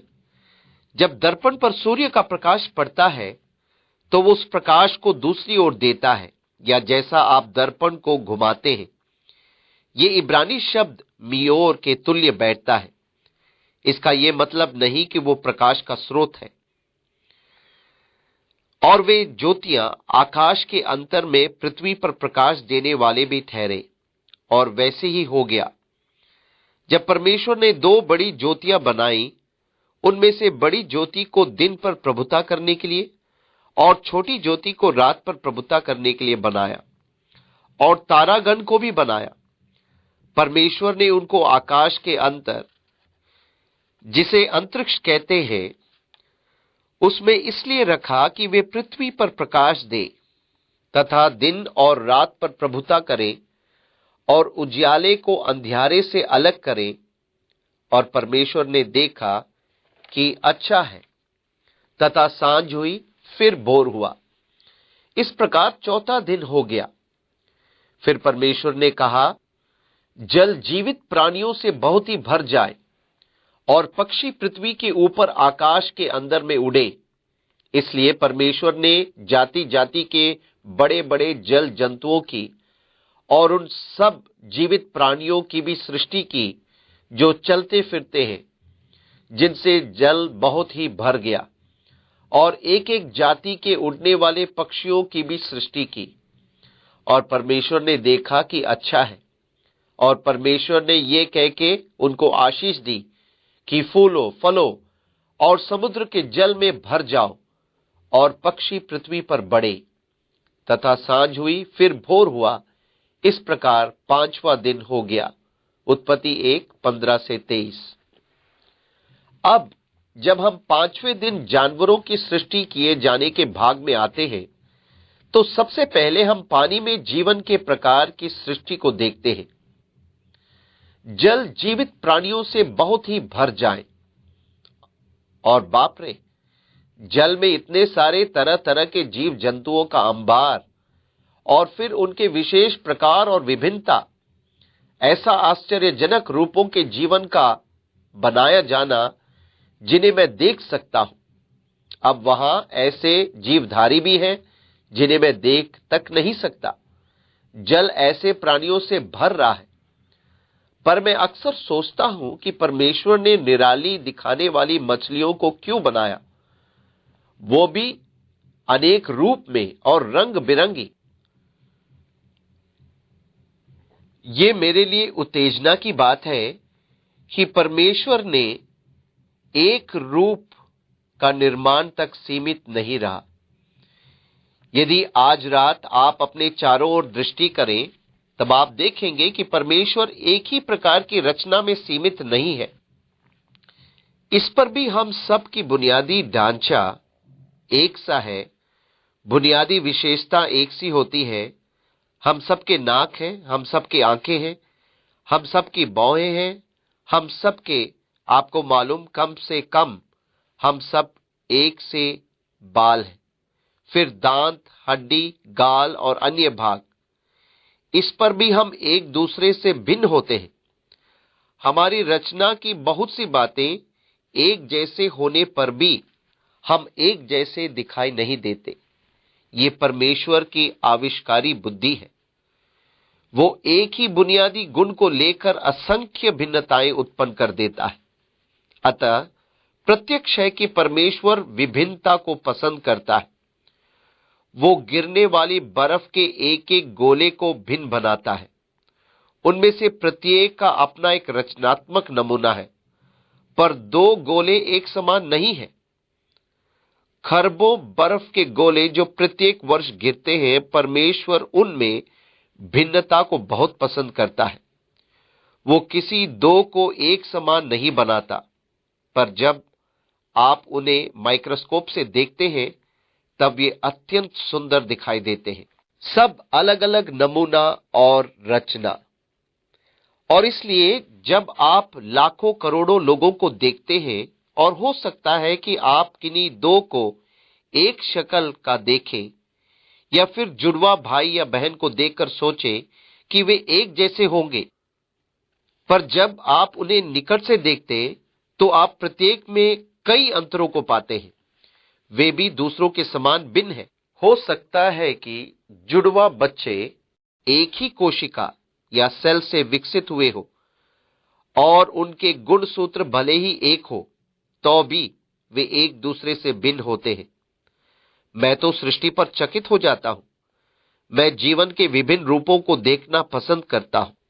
मैं जब छोटे छोटे कीड़ों को देखता हूं, और मैं तो ये भी नहीं जानता कि वे क्या है और वे कहां जा रहे हैं, और मैं सोचता हूं कि क्या वो जानते हैं कि वो कहां चले जा रहे हैं। पर वे उड़ना जानते हैं। वे अनियमित तरीकों से उड़ जाते हैं, पर वे कहीं ना कहीं जाकर उतरते हैं। और जब मैं अपनी बाइबल पढ़ रहा हूं तो ये कीड़े मेरे बाइबल पर उतरकर बैठ जाते हैं और मैं उन्हें आश्चर्य से देखता और अध्ययन करने लगता हूं। और मैं सोचने लगता हूं, तुम छोटे से कीड़े, तुम उड़ सकते हो। तुमने मुझ पर प्रभाव छोड़ा है। इतने सुंदर ढंग से रच गए कि तुम उस पृष्ठ पर से उड़ सकते हो। और उनके कितने रूप हैं। एक मक्खी, आप उसे घृणा करते हैं, पर वो क्या ही सुंदर रचना। उसके पंख ऐसे बने होते हैं कि वो एक स्थान पर भिन भिनाती घूमते हुए उड़ सकती। वो आगे पीछे उड़ सकती, फिर वो कहीं भी उतर जाएगी और चलने लगेगी। उस समय जब वो विभिन्न दिशा में उड़कर आपके ऊपर या आसपास बैठ जाती है, तब आप परेशान हो उठते हैं। परंतु हमारा परमेश्वर कितना विस्मयकारी है। उसकी बुद्धि कितनी असीम है। अनेक प्रकार के जीवित प्राणियों में उसकी रचनात्मक कला समझ से परे है। अब हमारे पास बुनियादी जीवनों के रूप है। वनस्पति पौधों के रूप निश्चय ही जड़ वाले होते हैं। उनकी जड़ें अपने आप में विस्मयकारी होती हैं। उनकी जड़ों में इतनी क्षमता होती है कि वे भूमि में नीचे तक चली जाती है और प्रत्येक जड़ अपने आप में रसायन प्रयोगशाला है। इसमें मिट्टी से आवश्यक रसायनों को खींचने की क्षमता होती है, जिससे पौधा बढ़ता है। अब यह भी निराली बात है कि किस प्रकार पौधों की जड़ अपने पोषण के अनुरूप ही रसायन खींचती है और मिट्टी में से अपनी खुराक चुनती है और फिर नमी को मिट्टी में से सोख लेती है। सच में यह विस्मयकारी ही है। पर हम इनसे भी कहीं अधिक जटिल वनस्पति जीवन रूपों को देखते हैं, जो स्वयं में कुछ स्वतंत्र से होते हैं। उनमें जड़ नहीं होती। वे मिट्टी में लगाए नहीं गए। वे तो यहां से वहां चलायमान रहते हैं और हमारी समझ से परे होते हैं कि ये अपने भोजन कहां से लेते हैं। परमेश्वर की सृष्टि वर्णन से बाहर विस्मयकारी है। जल के जंतु, हवा के भिन्न भिन्न पक्षी और पक्षियों में हम उस सहजात योग्यता को देखते हैं। मैं ऐसे पक्षियों को देखकर भौचक्का रह जाता हूं, जो गर्मियों के मौसम के शुरू होते ही अपने देश से झुंड बनाकर किसी ठंडे देश में चले जाते हैं। मीलों की उड़ान भरना बिना किसी अतिरिक्त गैस टैंक के, बिना दिशा सूचक यंत्रों के। वे अपने सूटकेस भी तो साथ नहीं ले जाते। बस ये तो अपने निर्धारित स्थान पर जाकर उतर जाते। वही अपने घोंसले बनाते, वही जोड़े बनाते, अंडे देते, बच्चे निकालते और वही अपना भोजन पानी का प्रबंध करते हैं। पर जब बर्फीली सर्दियां निकट आने लगती है तो वे वहां नहीं ठहरते। फिर झुंड के झुंड मीलों, 100, 200, 300, 500 तक तूफानी हवाओं, बर्फ गिरने और आंधियां आने पर वे मार्ग से भले ही भटक जाए, पर अंत में वे अपने ठीक गंतव्य स्थान पर पहुंच जाते हैं। ओह, वे जिस स्थान से उड़े थे वहीं पहुंच जाते हैं। आपने कभी ऐसा विस्मयकारी चुनौतियों पर सोचा? वे कैसे गणना करते हैं? कई लोग सोचते हैं कि उनमें किसी प्रकार का यंत्र होता है जो पृथ्वी के चुंबकीय क्षेत्र से उनके तारों को जोड़े रखता है। मुझे नहीं मालूम, परंतु याद रखें, वे उसी तरह के मार्ग का अनुसरण नहीं करते। इसलिए ये चुंबकीय क्षेत्र से तार जुड़ना निरर्थक ठहरता है। क्योंकि जब किसी देश विशेष से पक्षियों का झुंड दूसरे स्थान या देश को जाता है, तब चिड़ियों के माता पिता तय करते हैं कि उनके चूजे बच्चे ठीक से उड़ने लायक हो गए हैं या नहीं। यदि उनके बच्चे छोटे ही हैं तो वो उन्हें घोंसलों में ही छोड़कर उड़ जाते हैं। पर ये क्या 1-2 सप्ताह बाद ही उनके बच्चे इतने बड़े हो जाते हैं कि वे उसी मार्ग से उड़ान भर के अंत में अपने झुंड के साथ जा मिलते हैं? परमेश्वर ने पक्षियों में एक सहज बोध को रखा है, और वो भी पक्षी का दिमाग, जो कोई बड़ा कंप्यूटर नहीं। क्या आप कहेंगे कि ये माइक्रो सिस्टम है? परमेश्वर की अथाह बुद्धि, परमेश्वर का श्रेष्ठ ज्ञान, प्रकृति में भिन्न आकारों, नमूनों, वस्तुओं, रचनाओं को देखना क्या ही रोमांचकारी लगता है। ये सब उस परमेश्वर की बुद्धि को प्रमाणित कर रहे हैं जिसकी मैं सेवा करता हूं। मैं अत्यंत प्रसन्न हूं कि मैं उसकी सेवा करता हूं। मैं इस बात से प्रसन्न हूं कि मैं उसे जानता हूं। ऐसा महामय परमेश्वर, अति बुद्धिमान, उसी ने इन प्राणियों के भिन्न भिन्न रूपों की सृष्टि की है। उसी ने विशालकाय जानवरों, विशालकाय व्हेल मछलियों की सृष्टि की है। उसने जंगली और पालतू जानवरों की सृष्टि की जो अपनी अपनी जाति के अनुसार सिरजे गए। और सांझ हुई, फिर भोर हुआ, और इस प्रकार 5वां दिन हो गया। उत्पत्ति 1:24-27 में हम इस प्रकार पढ़ते हैं, फिर परमेश्वर ने कहा, पृथ्वी से एक एक जाति के जीवित प्राणी, अर्थात घरेलू पशु, रेंगने वाले जंतु और पृथ्वी के वन पशु जाति जाति के अनुसार उत्पन्न हो, और वैसे ही हो गया। इस प्रकार परमेश्वर ने पृथ्वी के जाति जाति के घरेलू पशुओं को और जाति जाति के भूमि पर रेंगने वाले जंतुओं को बनाया, और परमेश्वर ने देखा कि अच्छा है। फिर परमेश्वर ने कहा, हम मनुष्य को अपने स्वरूप के अनुसार अपनी समानता में बनाएं, और वे समुद्र की मछलियों और आकाश की पक्षियों और घरेलू पशुओं और सारी पृथ्वी पर और सब रेंगने वाले जंतुओं पर जो पृथ्वी पर रेंगते हैं अधिकार रखें। तब परमेश्वर ने मनुष्य को अपने स्वरूप के अनुसार उत्पन्न किया। अपने ही स्वरूप के अनुसार परमेश्वर ने उसको उत्पन्न किया, नर और नारी करके उसने मनुष्यों की सृष्टि की। इस प्रकार अब हम परमेश्वर की सृष्टि करने के कार्य को देखते हैं। पृथ्वी पर प्राणी जीवन के विभिन्न रूपों को रचने के बाद अब वो एक ऐसा प्राणी को चाहता है जो जीवन के इन सब प्राणियों पर अधिकार रखे और शासन करे। इसलिए परमेश्वर ने कहा, आओ हम मनुष्य को अपने स्वरूप के अनुसार अपनी समानता में बनाए। बाइबल के प्रथम पद आदि में परमेश्वर के परमेश्वर शब्द में हम त्रिएकता को पाते हैं। इब्रानी में इसके लिए शब्द एलोहिम है। एलोहिम बहुवचन शब्द है। पुराना नियम के अन्य स्थलों पर इसे परमेश्वरों के रूप में अनुवादित किया गया है। इब्रानी में एल एक वचन है और एलोई द्विवचन है, परंतु एलोहिम परमेश्वर के लिए बहुवचन है। और इस प्रकार यहां परमेश्वर की त्रिएकता पहले पद में दर्शाई गई है। आदि में परमेश्वर एलोहिम, एल नहीं पर एलोहिम ने आकाश और पृथ्वी की सृष्टि की, और परमेश्वर का आत्मा जल के ऊपर मंडराता था। और परमेश्वर ने कहा, जिस क्षण परमेश्वर ने कहा वो वचन था। आदि में वचन था और वचन परमेश्वर के साथ था। वचन परमेश्वर था और आदि में भी परमेश्वर के साथ ऐसा ही था, और सब वस्तुएं उसी के द्वारा बनाई गई। यूहन्ना 1:1। अब आपके पास परमेश्वर का कहा हुआ है, हम मनुष्य को अपने स्वरूप के अनुसार अपनी समानता में बनाएं। परमेश्वर किस बारे में बात कर रहा था? परमेश्वर ने अपने परमेश्वरीय त्रिएकता में यह निश्चय किया था।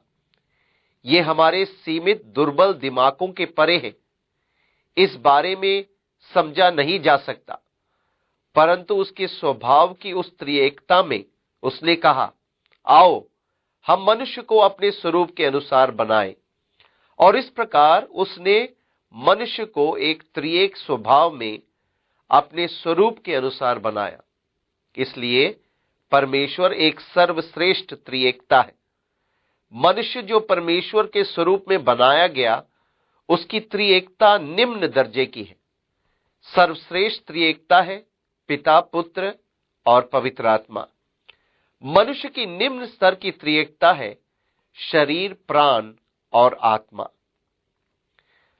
अपनी समानता में परमेश्वर का स्वशासन करने का गुण, उसका आत्मनिर्णय, उसकी इच्छा, चुनने की अपनी इच्छा और अपनी ही नियति को निर्धारित करना अथवा अपना स्वयं का मन मस्तिष्क, मनुष्य को परमेश्वर के स्वरूप में बनाए जाना यह था कि एक स्वतंत्र इच्छा शक्ति रखने वाला अर्थात स्वाधीन प्राणी को बनाना।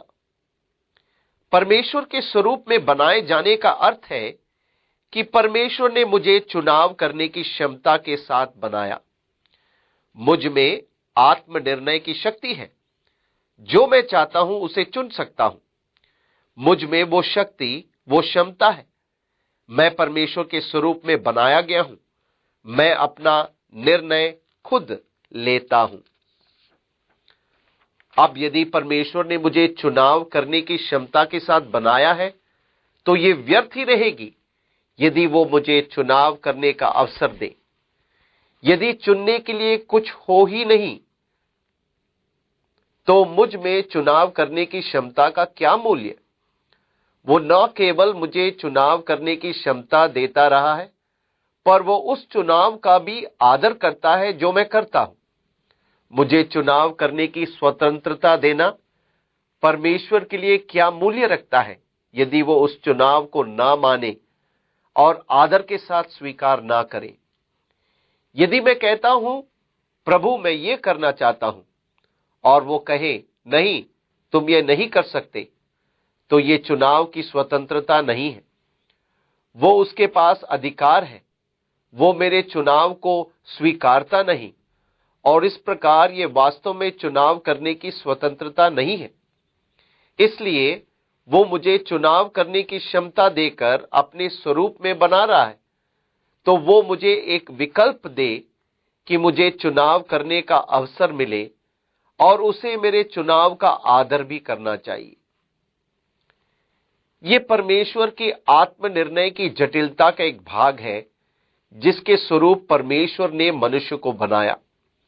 इसी कारण जब परमेश्वर ने मनुष्य को बनाया और उसने मनुष्य के लिए एक वाटिका को भी लगाया कि वो उसमें निवास करे, उसने उस वाटिका में भले और बुरे के ज्ञान का वृक्ष भी लगाया और मनुष्य से कहा इसका फल मत खाना। यहां मनुष्य के लिए चुनाव की स्वतंत्रता अंतर्निहित है। अब उसे स्वयं चुनाव करना है, क्योंकि चुनाव करने की क्षमता के साथ बनाए जाने के लिए यह आवश्यक है कि उसके सामने चुनाव करने के लिए कुछ हो। परंतु ध्यान दीजिए कि परमेश्वर मनुष्य के चुनाव का आदर करता है। यदि मैं चुनता हूं कि मैं परमेश्वर को नहीं जानना चाहता, मैं परमेश्वर की सेवा नहीं करना चाहता, मैं परमेश्वर से प्रेम नहीं करना चाहता, तब तो यह उचित नहीं होगा कि वो मुझे स्वर्ग जाने को बाध्य करे, क्योंकि वहां मुझे उससे प्रेम करना पड़ेगा और उसके साथ रहना पड़ेगा और उसकी सेवा करना पड़ेगी। मैं अपने जीवन में परमेश्वर को नहीं चाहता। मैं अपने आसपास परमेश्वर को नहीं चाहता। मैं चाहता हूं कि परमेश्वर मुझे अकेला छोड़ दे। ठीक है, यदि तब वो मुझे अकेला नहीं छोड़ता, तब तो वो मेरे चुनाव का सम्मान नहीं कर रहा है। यदि वो मेरे चुनाव का आदर मान ना करे, तो फिर मेरे लिए उसका मूल्य ही क्या रहा। ये सोचना एक भयंकर बात है कि परमेश्वर मेरे चुनाव का आदर नहीं करता। अब वो मेरे चुनाव को प्रभावित करने के लिए बोलता है। वो मुझसे प्रेम रखता है और वो जानता है कि मेरे लिए उत्तम क्या है। वो मुझे जानता है और मुझे प्यार करता है और वो ये भी जानता है कि मेरे लिए उत्तम क्या है। वो मेरे चुनाव को प्रभावित करना चाहता और मेरे चुनाव को दिशा निर्देश देना चाहता है। परंतु मेरे पास हमेशा ये कहने का अधिकार है, हे परमेश्वर, मुझसे दूर हो जा, मैं तेरा अनुसरण नहीं करना चाहता। और वो मेरे ऊपर अपनी इच्छा थोपेगा नहीं, क्योंकि वो चुनाव की स्वतंत्रता नहीं है। परमेश्वर का प्रमुख भाव प्रदान गुण है प्रेम। परमेश्वर ने मुझे अपने स्वरूप में बनाया है, अर्थात उसने मुझे प्रेम करने की सुंदर क्षमता के साथ बनाया। मैं प्रेम करने में सक्षम हूं, प्रेम देने और पाने के योग्य हूं, क्योंकि मैं परमेश्वर के स्वरूप में बनाया गया हूं और प्रेम करना उसका प्रधान गुण है। जब मैं परमेश्वर के पीछे चलता हूं और वैसे ही प्रेम रखता हूं जैसे वो रखता है, तब परमेश्वर सम्मानित होता है। परंतु परमेश्वर की ओर से ये अनिवार्य नहीं। यदि मैं चाहूं तो घृणा करने का चुनाव कर सकता हूं। इस प्रकार मनुष्य को परमेश्वर के स्वरूप के अनुसार और उसकी समानता के अनुसार बनाया गया। आप ये न समझे कि शारीरिक समानता में परमेश्वर कैसा दिखता है, हम में से कोई नहीं जानता। परमेश्वर लगातार इनकार करता आया है कि मनुष्य ईश्वर के तुल्य या उसकी समानता में कुछ बनाए। इस प्रकार जब पुराना नियम में परमेश्वर मनुष्य पर प्रकट हुआ, तब उसका कोई रूप नहीं था जिससे कि मनुष्य के मन में परमेश्वर का आकार न हो कि वो खोदकर या गढ़कर उसकी मूर्तियां बना ले जो परमेश्वर की प्रतिनिधित्व करें। परमेश्वर की समानताओं को हम यीशु मसीह में देखते हैं। परमेश्वरत्व की सारी भरपूरी मसीह में सदैव वास करती है। अब जब परमेश्वर ने हमारे शरीरों की रचना की, तब उसने हमारे कानों को बनाया जिससे कि हम सुन सके। उन्हें ऐसे आकार का बनाया कि कान बारीक से बारीक ध्वनि के कंपन तक को महसूस कर सके। कानों में ऐसा हड्डियां और पर्दे बनाए कि वे ध्वनि को सुनकर संदेश को मस्तिष्क तक पहुंचाए, जिससे कि मेरा मस्तिष्क उन आवाजों की व्याख्या करके उन्हें मेरे समझने के योग्य बनाए। इसलिए जब मैं सुनने के बारे में सोच रहा हूं, तब मैं अपने कान के बारे में सोचता हूं। अब मैं जानता हूं कि परमेश्वर सुन सकता है, परंतु ये नहीं कहता कि परमेश्वर के कान हैं। मुझे नहीं मालूम। मुझे सुनने के लिए कान चाहिए, परंतु परमेश्वर को सुनने के लिए कानों की आवश्यकता नहीं। वो तो सर्वज्ञानी है। मैं गले और जीभ और दांत और तालू से आवाज निकालता हूं। मैं इन सब के द्वारा और हवा को चीरते हुए ध्वनि निकालता हूं। इस प्रकार से एक आवाज मेरे मुंह से निकलती है।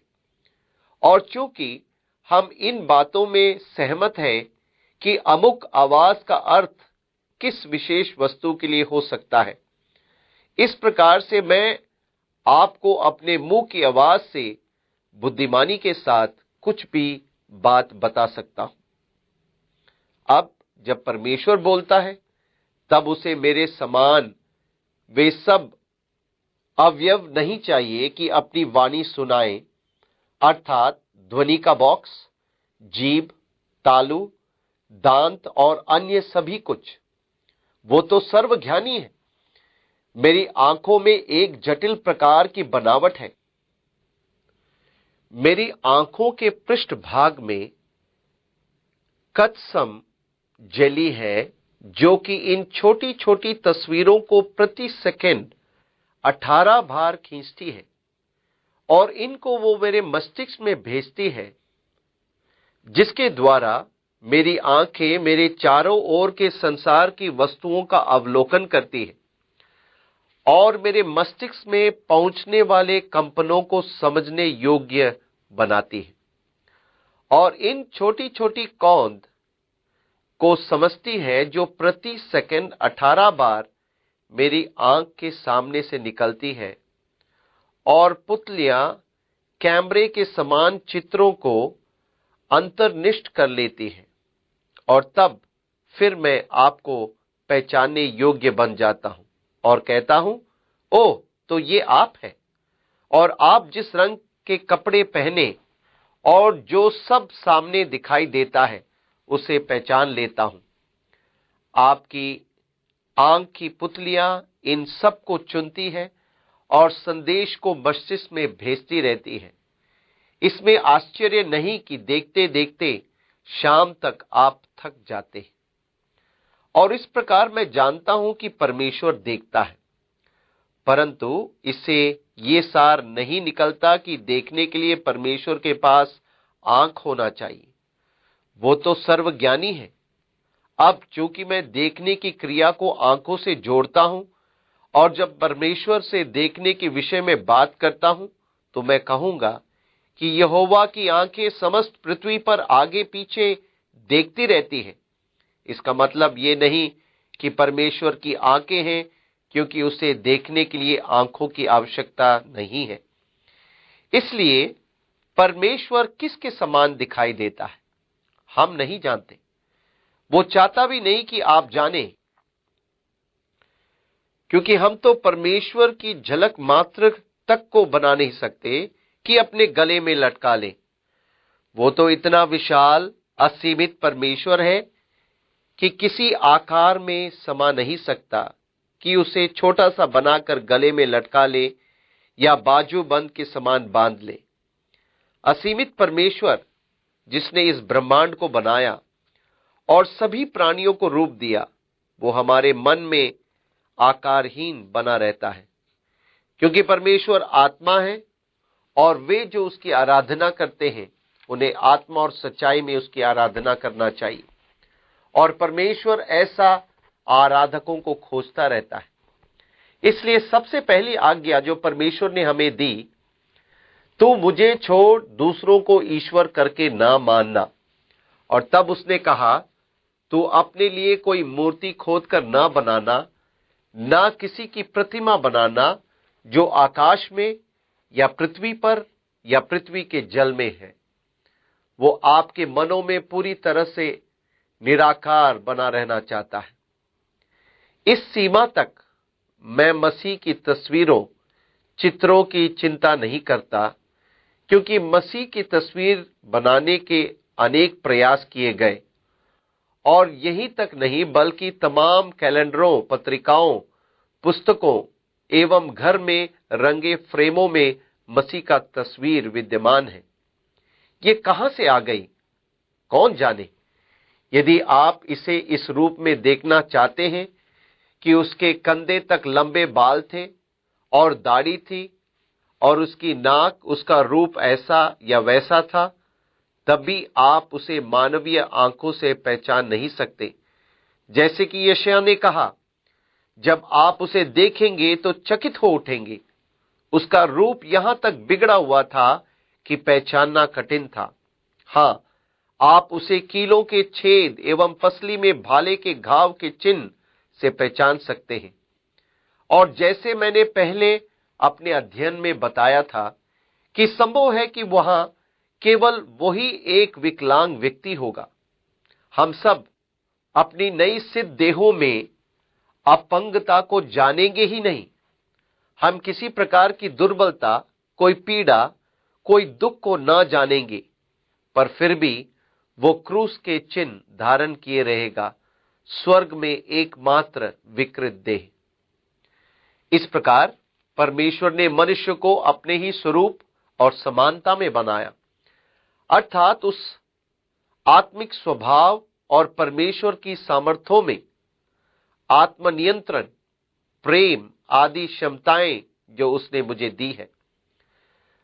उत्पत्ति 1:28 में इस प्रकार लिखा है, और परमेश्वर ने उनको आशीष दी और उनसे कहा, फूलो, फलो और पृथ्वी में भर जाओ और उसको अपने वश में कर लो, और समुद्र की मछलियों तथा आकाश के पक्षियों और पृथ्वी पर सब रेंगने वाले सब जंतुओं पर अधिकार रखो। इस प्रकार परमेश्वर ने पृथ्वी को मनुष्य के नियंत्रण और अधिकार में रखा।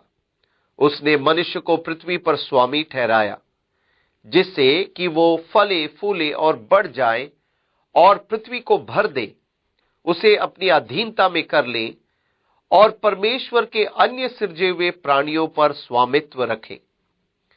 फिर परमेश्वर ने उनसे कहा, सुनो, जितने बीज वाले छोटे छोटे पेड़ सारी पृथ्वी के ऊपर हैं और जितने वृक्षों में बीज वाले फल होते हैं, वे सब मैंने तुमको दिया है। वे तुम्हारे भोजन के लिए हैं। और जितने पृथ्वी के पशु और आकाश के पक्षी और पृथ्वी पर रेंगने वाले जंतु हैं, जिनमें जीवन का प्राण है, उन सब के खाने के लिए मैंने सब हरे हरे छोटे पेड़ दिए हैं। और वैसा ही हो गया। उत्पत्ति 1:29 और 30। अतः उस समय तक सारे जानवर घास और वनस्पतियां खाकर जीवित रहते थे। आरंभ में कोई मांसाहारी जानवर नहीं थे। संसार परमेश्वर के साथ सामंजस्यता में था और इस प्रकार एक दूसरे के साथ भी मेल मिलाप में था। तब परमेश्वर ने जो कुछ बनाया था सबको देखा, तो क्या देखा कि वो बहुत ही अच्छा है। तथा सांझ हुई, फिर भोर हुआ। इस प्रकार छठवां दिन हो गया। उत्पत्ति 1:31। अगर देखा जाए तो अध्याय 2 के पहले 3 पद अध्याय 1 ही का भाग है। यूं आकाश और पृथ्वी और उनकी सारी सेना का बनाना समाप्त हो गया। अध्याय 2:1, जिसमें स्वर्गदूत शामिल है, क्योंकि स्वर्गदूतों को स्वर्ग की सेना कहा जाता है। और परमेश्वर ने अपना काम जिसे वो करता था 7वें दिन समाप्त किया और उसने अपने किए हुए सारे काम से 7वें दिन विश्राम किया। उत्पत्ति 2:2। इसका अर्थ ये नहीं कि परमेश्वर थक गया था, परंतु इसका मतलब है कि उसका सृजनात्मक कार्य पूरा हो चुका था। उसने केवल अपना सृजन कार्य से विश्राम किया। इस बिंदु तक जो कुछ भी आवश्यक था वो सब की सृष्टि कर चुका था। उसने 7वें दिन विश्राम किया। इन 6 दिनों की अवधि में सब कुछ सृजा जा चुका था। इसलिए परमेश्वर ने अपने सृष्टि किए जाने के कार्य से विश्राम किया, जैसे कि यहां लिखा है, और उसने अपने किए हुए सारे काम से 7वें दिन विश्राम किया। और परमेश्वर ने 7वें दिन को आशीष दी और पवित्र ठहराया, क्योंकि उसमें उसने सृष्टि की रचना के अपने सारे काम से विश्राम लिया। उत्पत्ति 2:3। और 7वें दिन को उसने अलग रखा। शब्द पवित्र ठहराया का वास्तव में अर्थ है अलग कर रखना, क्योंकि उसमें उन सारे कामों से विश्राम लिया जिन्हें उसने सृजा और बनाया था। अब उसने 7वें दिन को क्यों अलग रखा था? उसने इसे इसलिए अलग रखा था कि मनुष्य परमेश्वर को पहचाने, स्वीकारे। 7वां दिन वो दिन होना था जिसमें हम परमेश्वर को स्वीकारें और स्वयं को परमेश्वर को दें, और ये हम विश्राम करते हुए करते हैं। वो दिन जब हम अपनी सृष्टिकर्ता को स्वीकार करते हैं। ये सृष्टिकर्ता का आभार प्रदर्शन का दिन है, क्योंकि उसने अपनी सृष्टि में अपने बारे में प्रचुर प्रमाणों को छोड़ा है। अब बाद में जब परमेश्वर लोगों की एक जाति को बुलाता है, उसके अपने लिए अलग किए लोग, हम इनके बारे में देखेंगे। हम देखेंगे कि उन्हें 7वें दिन के लिए व्यवस्था दी गई। इस्राएल एवं परमेश्वर के बीच में सदाकाल का वाचा, और 6 दिनों तक तो उन्हें काम करना था। 7वें दिन उन्हें विश्राम करना था। 7 वर्षों तक तो उन्हें अपने खेतों, बाग बगीचों में सब तरह की उपज पैदा करना था, पर 7वें दिन उन्हें अपने खेतों, बारियों को विश्राम करने के लिए यूं ही छोड़ देना था। 6 साल तो वे गुलामी में जा सकते थे, पर 7वें वर्ष उन्हें मुक्त करना पड़ता था। और इस प्रकार 6 और 1 का नमूना परमेश्वर संपूर्ण इतिहास में अपने लोगों के लिए स्थापित करेगा और उनकी संस्कृति में बांट देगा। अतः हम देखते हैं कि सब अच्छा था। अब संसार स्थापित हो चुका था। यहां मनुष्य के लिए वायुमंडलीय स्थिति अनुरूप बना दी गई थी। उसके भोजन के लिए वनस्पति उगा दी गई थी। वातावरण को ऐसा बनाया गया कि उसके जीवन को बनाए रखें। जल व्यवस्था सब कुछ यहां है, जानवर भी है, और अब मनुष्य को इन सब के ऊपर शासन करना है। और परमेश्वर ने 7वें दिन सृष्टि किए जाने के अपने कार्य से विश्राम लिया। अब जब हम अध्याय 2 में जाते हैं, तब हम वहां संक्षेप में इस विवरण को दोहराए जाने को पाते हैं, जो कि मनुष्य को बनाए जाने पर जोर देगा। यहां परमेश्वर का नाम मात्र एलोहिम नहीं है, जैसा कि हमने अध्याय 1 में देखा है, परंतु कहीं अधिक व्यक्तिगत, क्योंकि अब हम मनुष्य की सृष्टि किए जाने का विस्तृत वर्णन को अध्याय 2 में देखेंगे। अब हम परमेश्वर के रहस्यमय नाम यहोवा एलोहिम पर आ रहे हैं। यहोवा का अर्थ है एक बनना। उस समय एक बनना जब परमेश्वर मनुष्य और मनुष्य की आवश्यकताओं के संबंध में जाना जाता है, और वो मनुष्य के लिए वो बन जाता है जिसकी आवश्यकता मनुष्य को पड़ सकती है। अब बाइबल के कुछ आलोचकों को ऐसा लगा कि उत्पत्ति की पुस्तक कोई एक लेखक का काम नहीं, पर यह तो कई लेखकों का कार्य है। और अध्याय 1 इलोहिस्टिक या परमेश्वरवादी ने लिखा, जबकि अध्याय 2 याहविस्टिक यहोवावादी ने लिखा। और तब आप हाथ में ये तीसरे लेखक वर्ग के वृत्तांत में प्रवेश करते हैं। इस प्रकार कुछ मूर्खों ने मूर्खतापूर्ण तर्कों को देकर लोगों को बहकाने का प्रयास किया, जिनका कोई मूल्य ही नहीं है। इसलिए मैं इन विवादों में फंसता ही नहीं। मैं उन्हें जानने या उसमें शामिल होने का इरादा तक नहीं रखता। वे तो आपके और मेरे समय की बर्बादी है। ये नहीं कि किसने इसे लिखा, ये तो पवित्र आत्मा की प्रेरणा से लिखा गया है। इसलिए लेखकों की खोज करने से कहीं अधिक उचित ये होगा कि जाना जाए कि ये क्या कहता है, और हम तर्क वितर्क को छोड़कर ये जानने की कोशिश करेंगे कि ये क्या कह रहा है। इसलिए तर्क करने से कहीं उत्तम है ये जानना कि इसमें क्या है और हमारी जानकारी के लिए क्या महत्वपूर्ण है, क्योंकि समस्त पवित्र शास्त्र परमेश्वर की प्रेरणा से रचा गया है।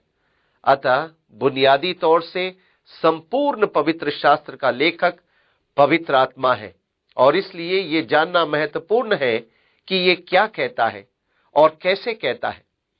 पवित्र शास्त्र अपनी व्याख्या आप ही करता है।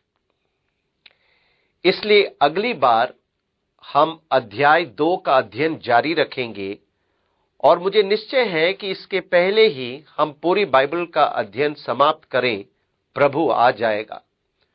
और मैं ये बताने से झिझकता नहीं कि बाइबल के सबसे अंतिम अध्याय में लिखा है, सुनने वाले भी कहें, हे प्रभु यीशु शीघ्र आ। यदि आप अभी तक ऐसा नहीं कह रहे हैं, तब आप ये उस समय कहेंगे जब आप प्रताड़ित किए जाएंगे, क्योंकि संकट की घड़ी आ रही है। क्योंकि इस प्रकार के कहे जाने से हमारे पास चेतावनी है, क्योंकि मनुष्य ऐसी लापरवाही से जीवन जीत रहा है मानो कल हो न हो। हां, हम ऐसे दिन की ओर शीघ्रता से बढ़ रहे हैं जब आने वाला कल होगा ही नहीं। हम घड़ी की टिक टिक के साथ कह रहे हैं, हे प्रभु यीशु शीघ्र आ।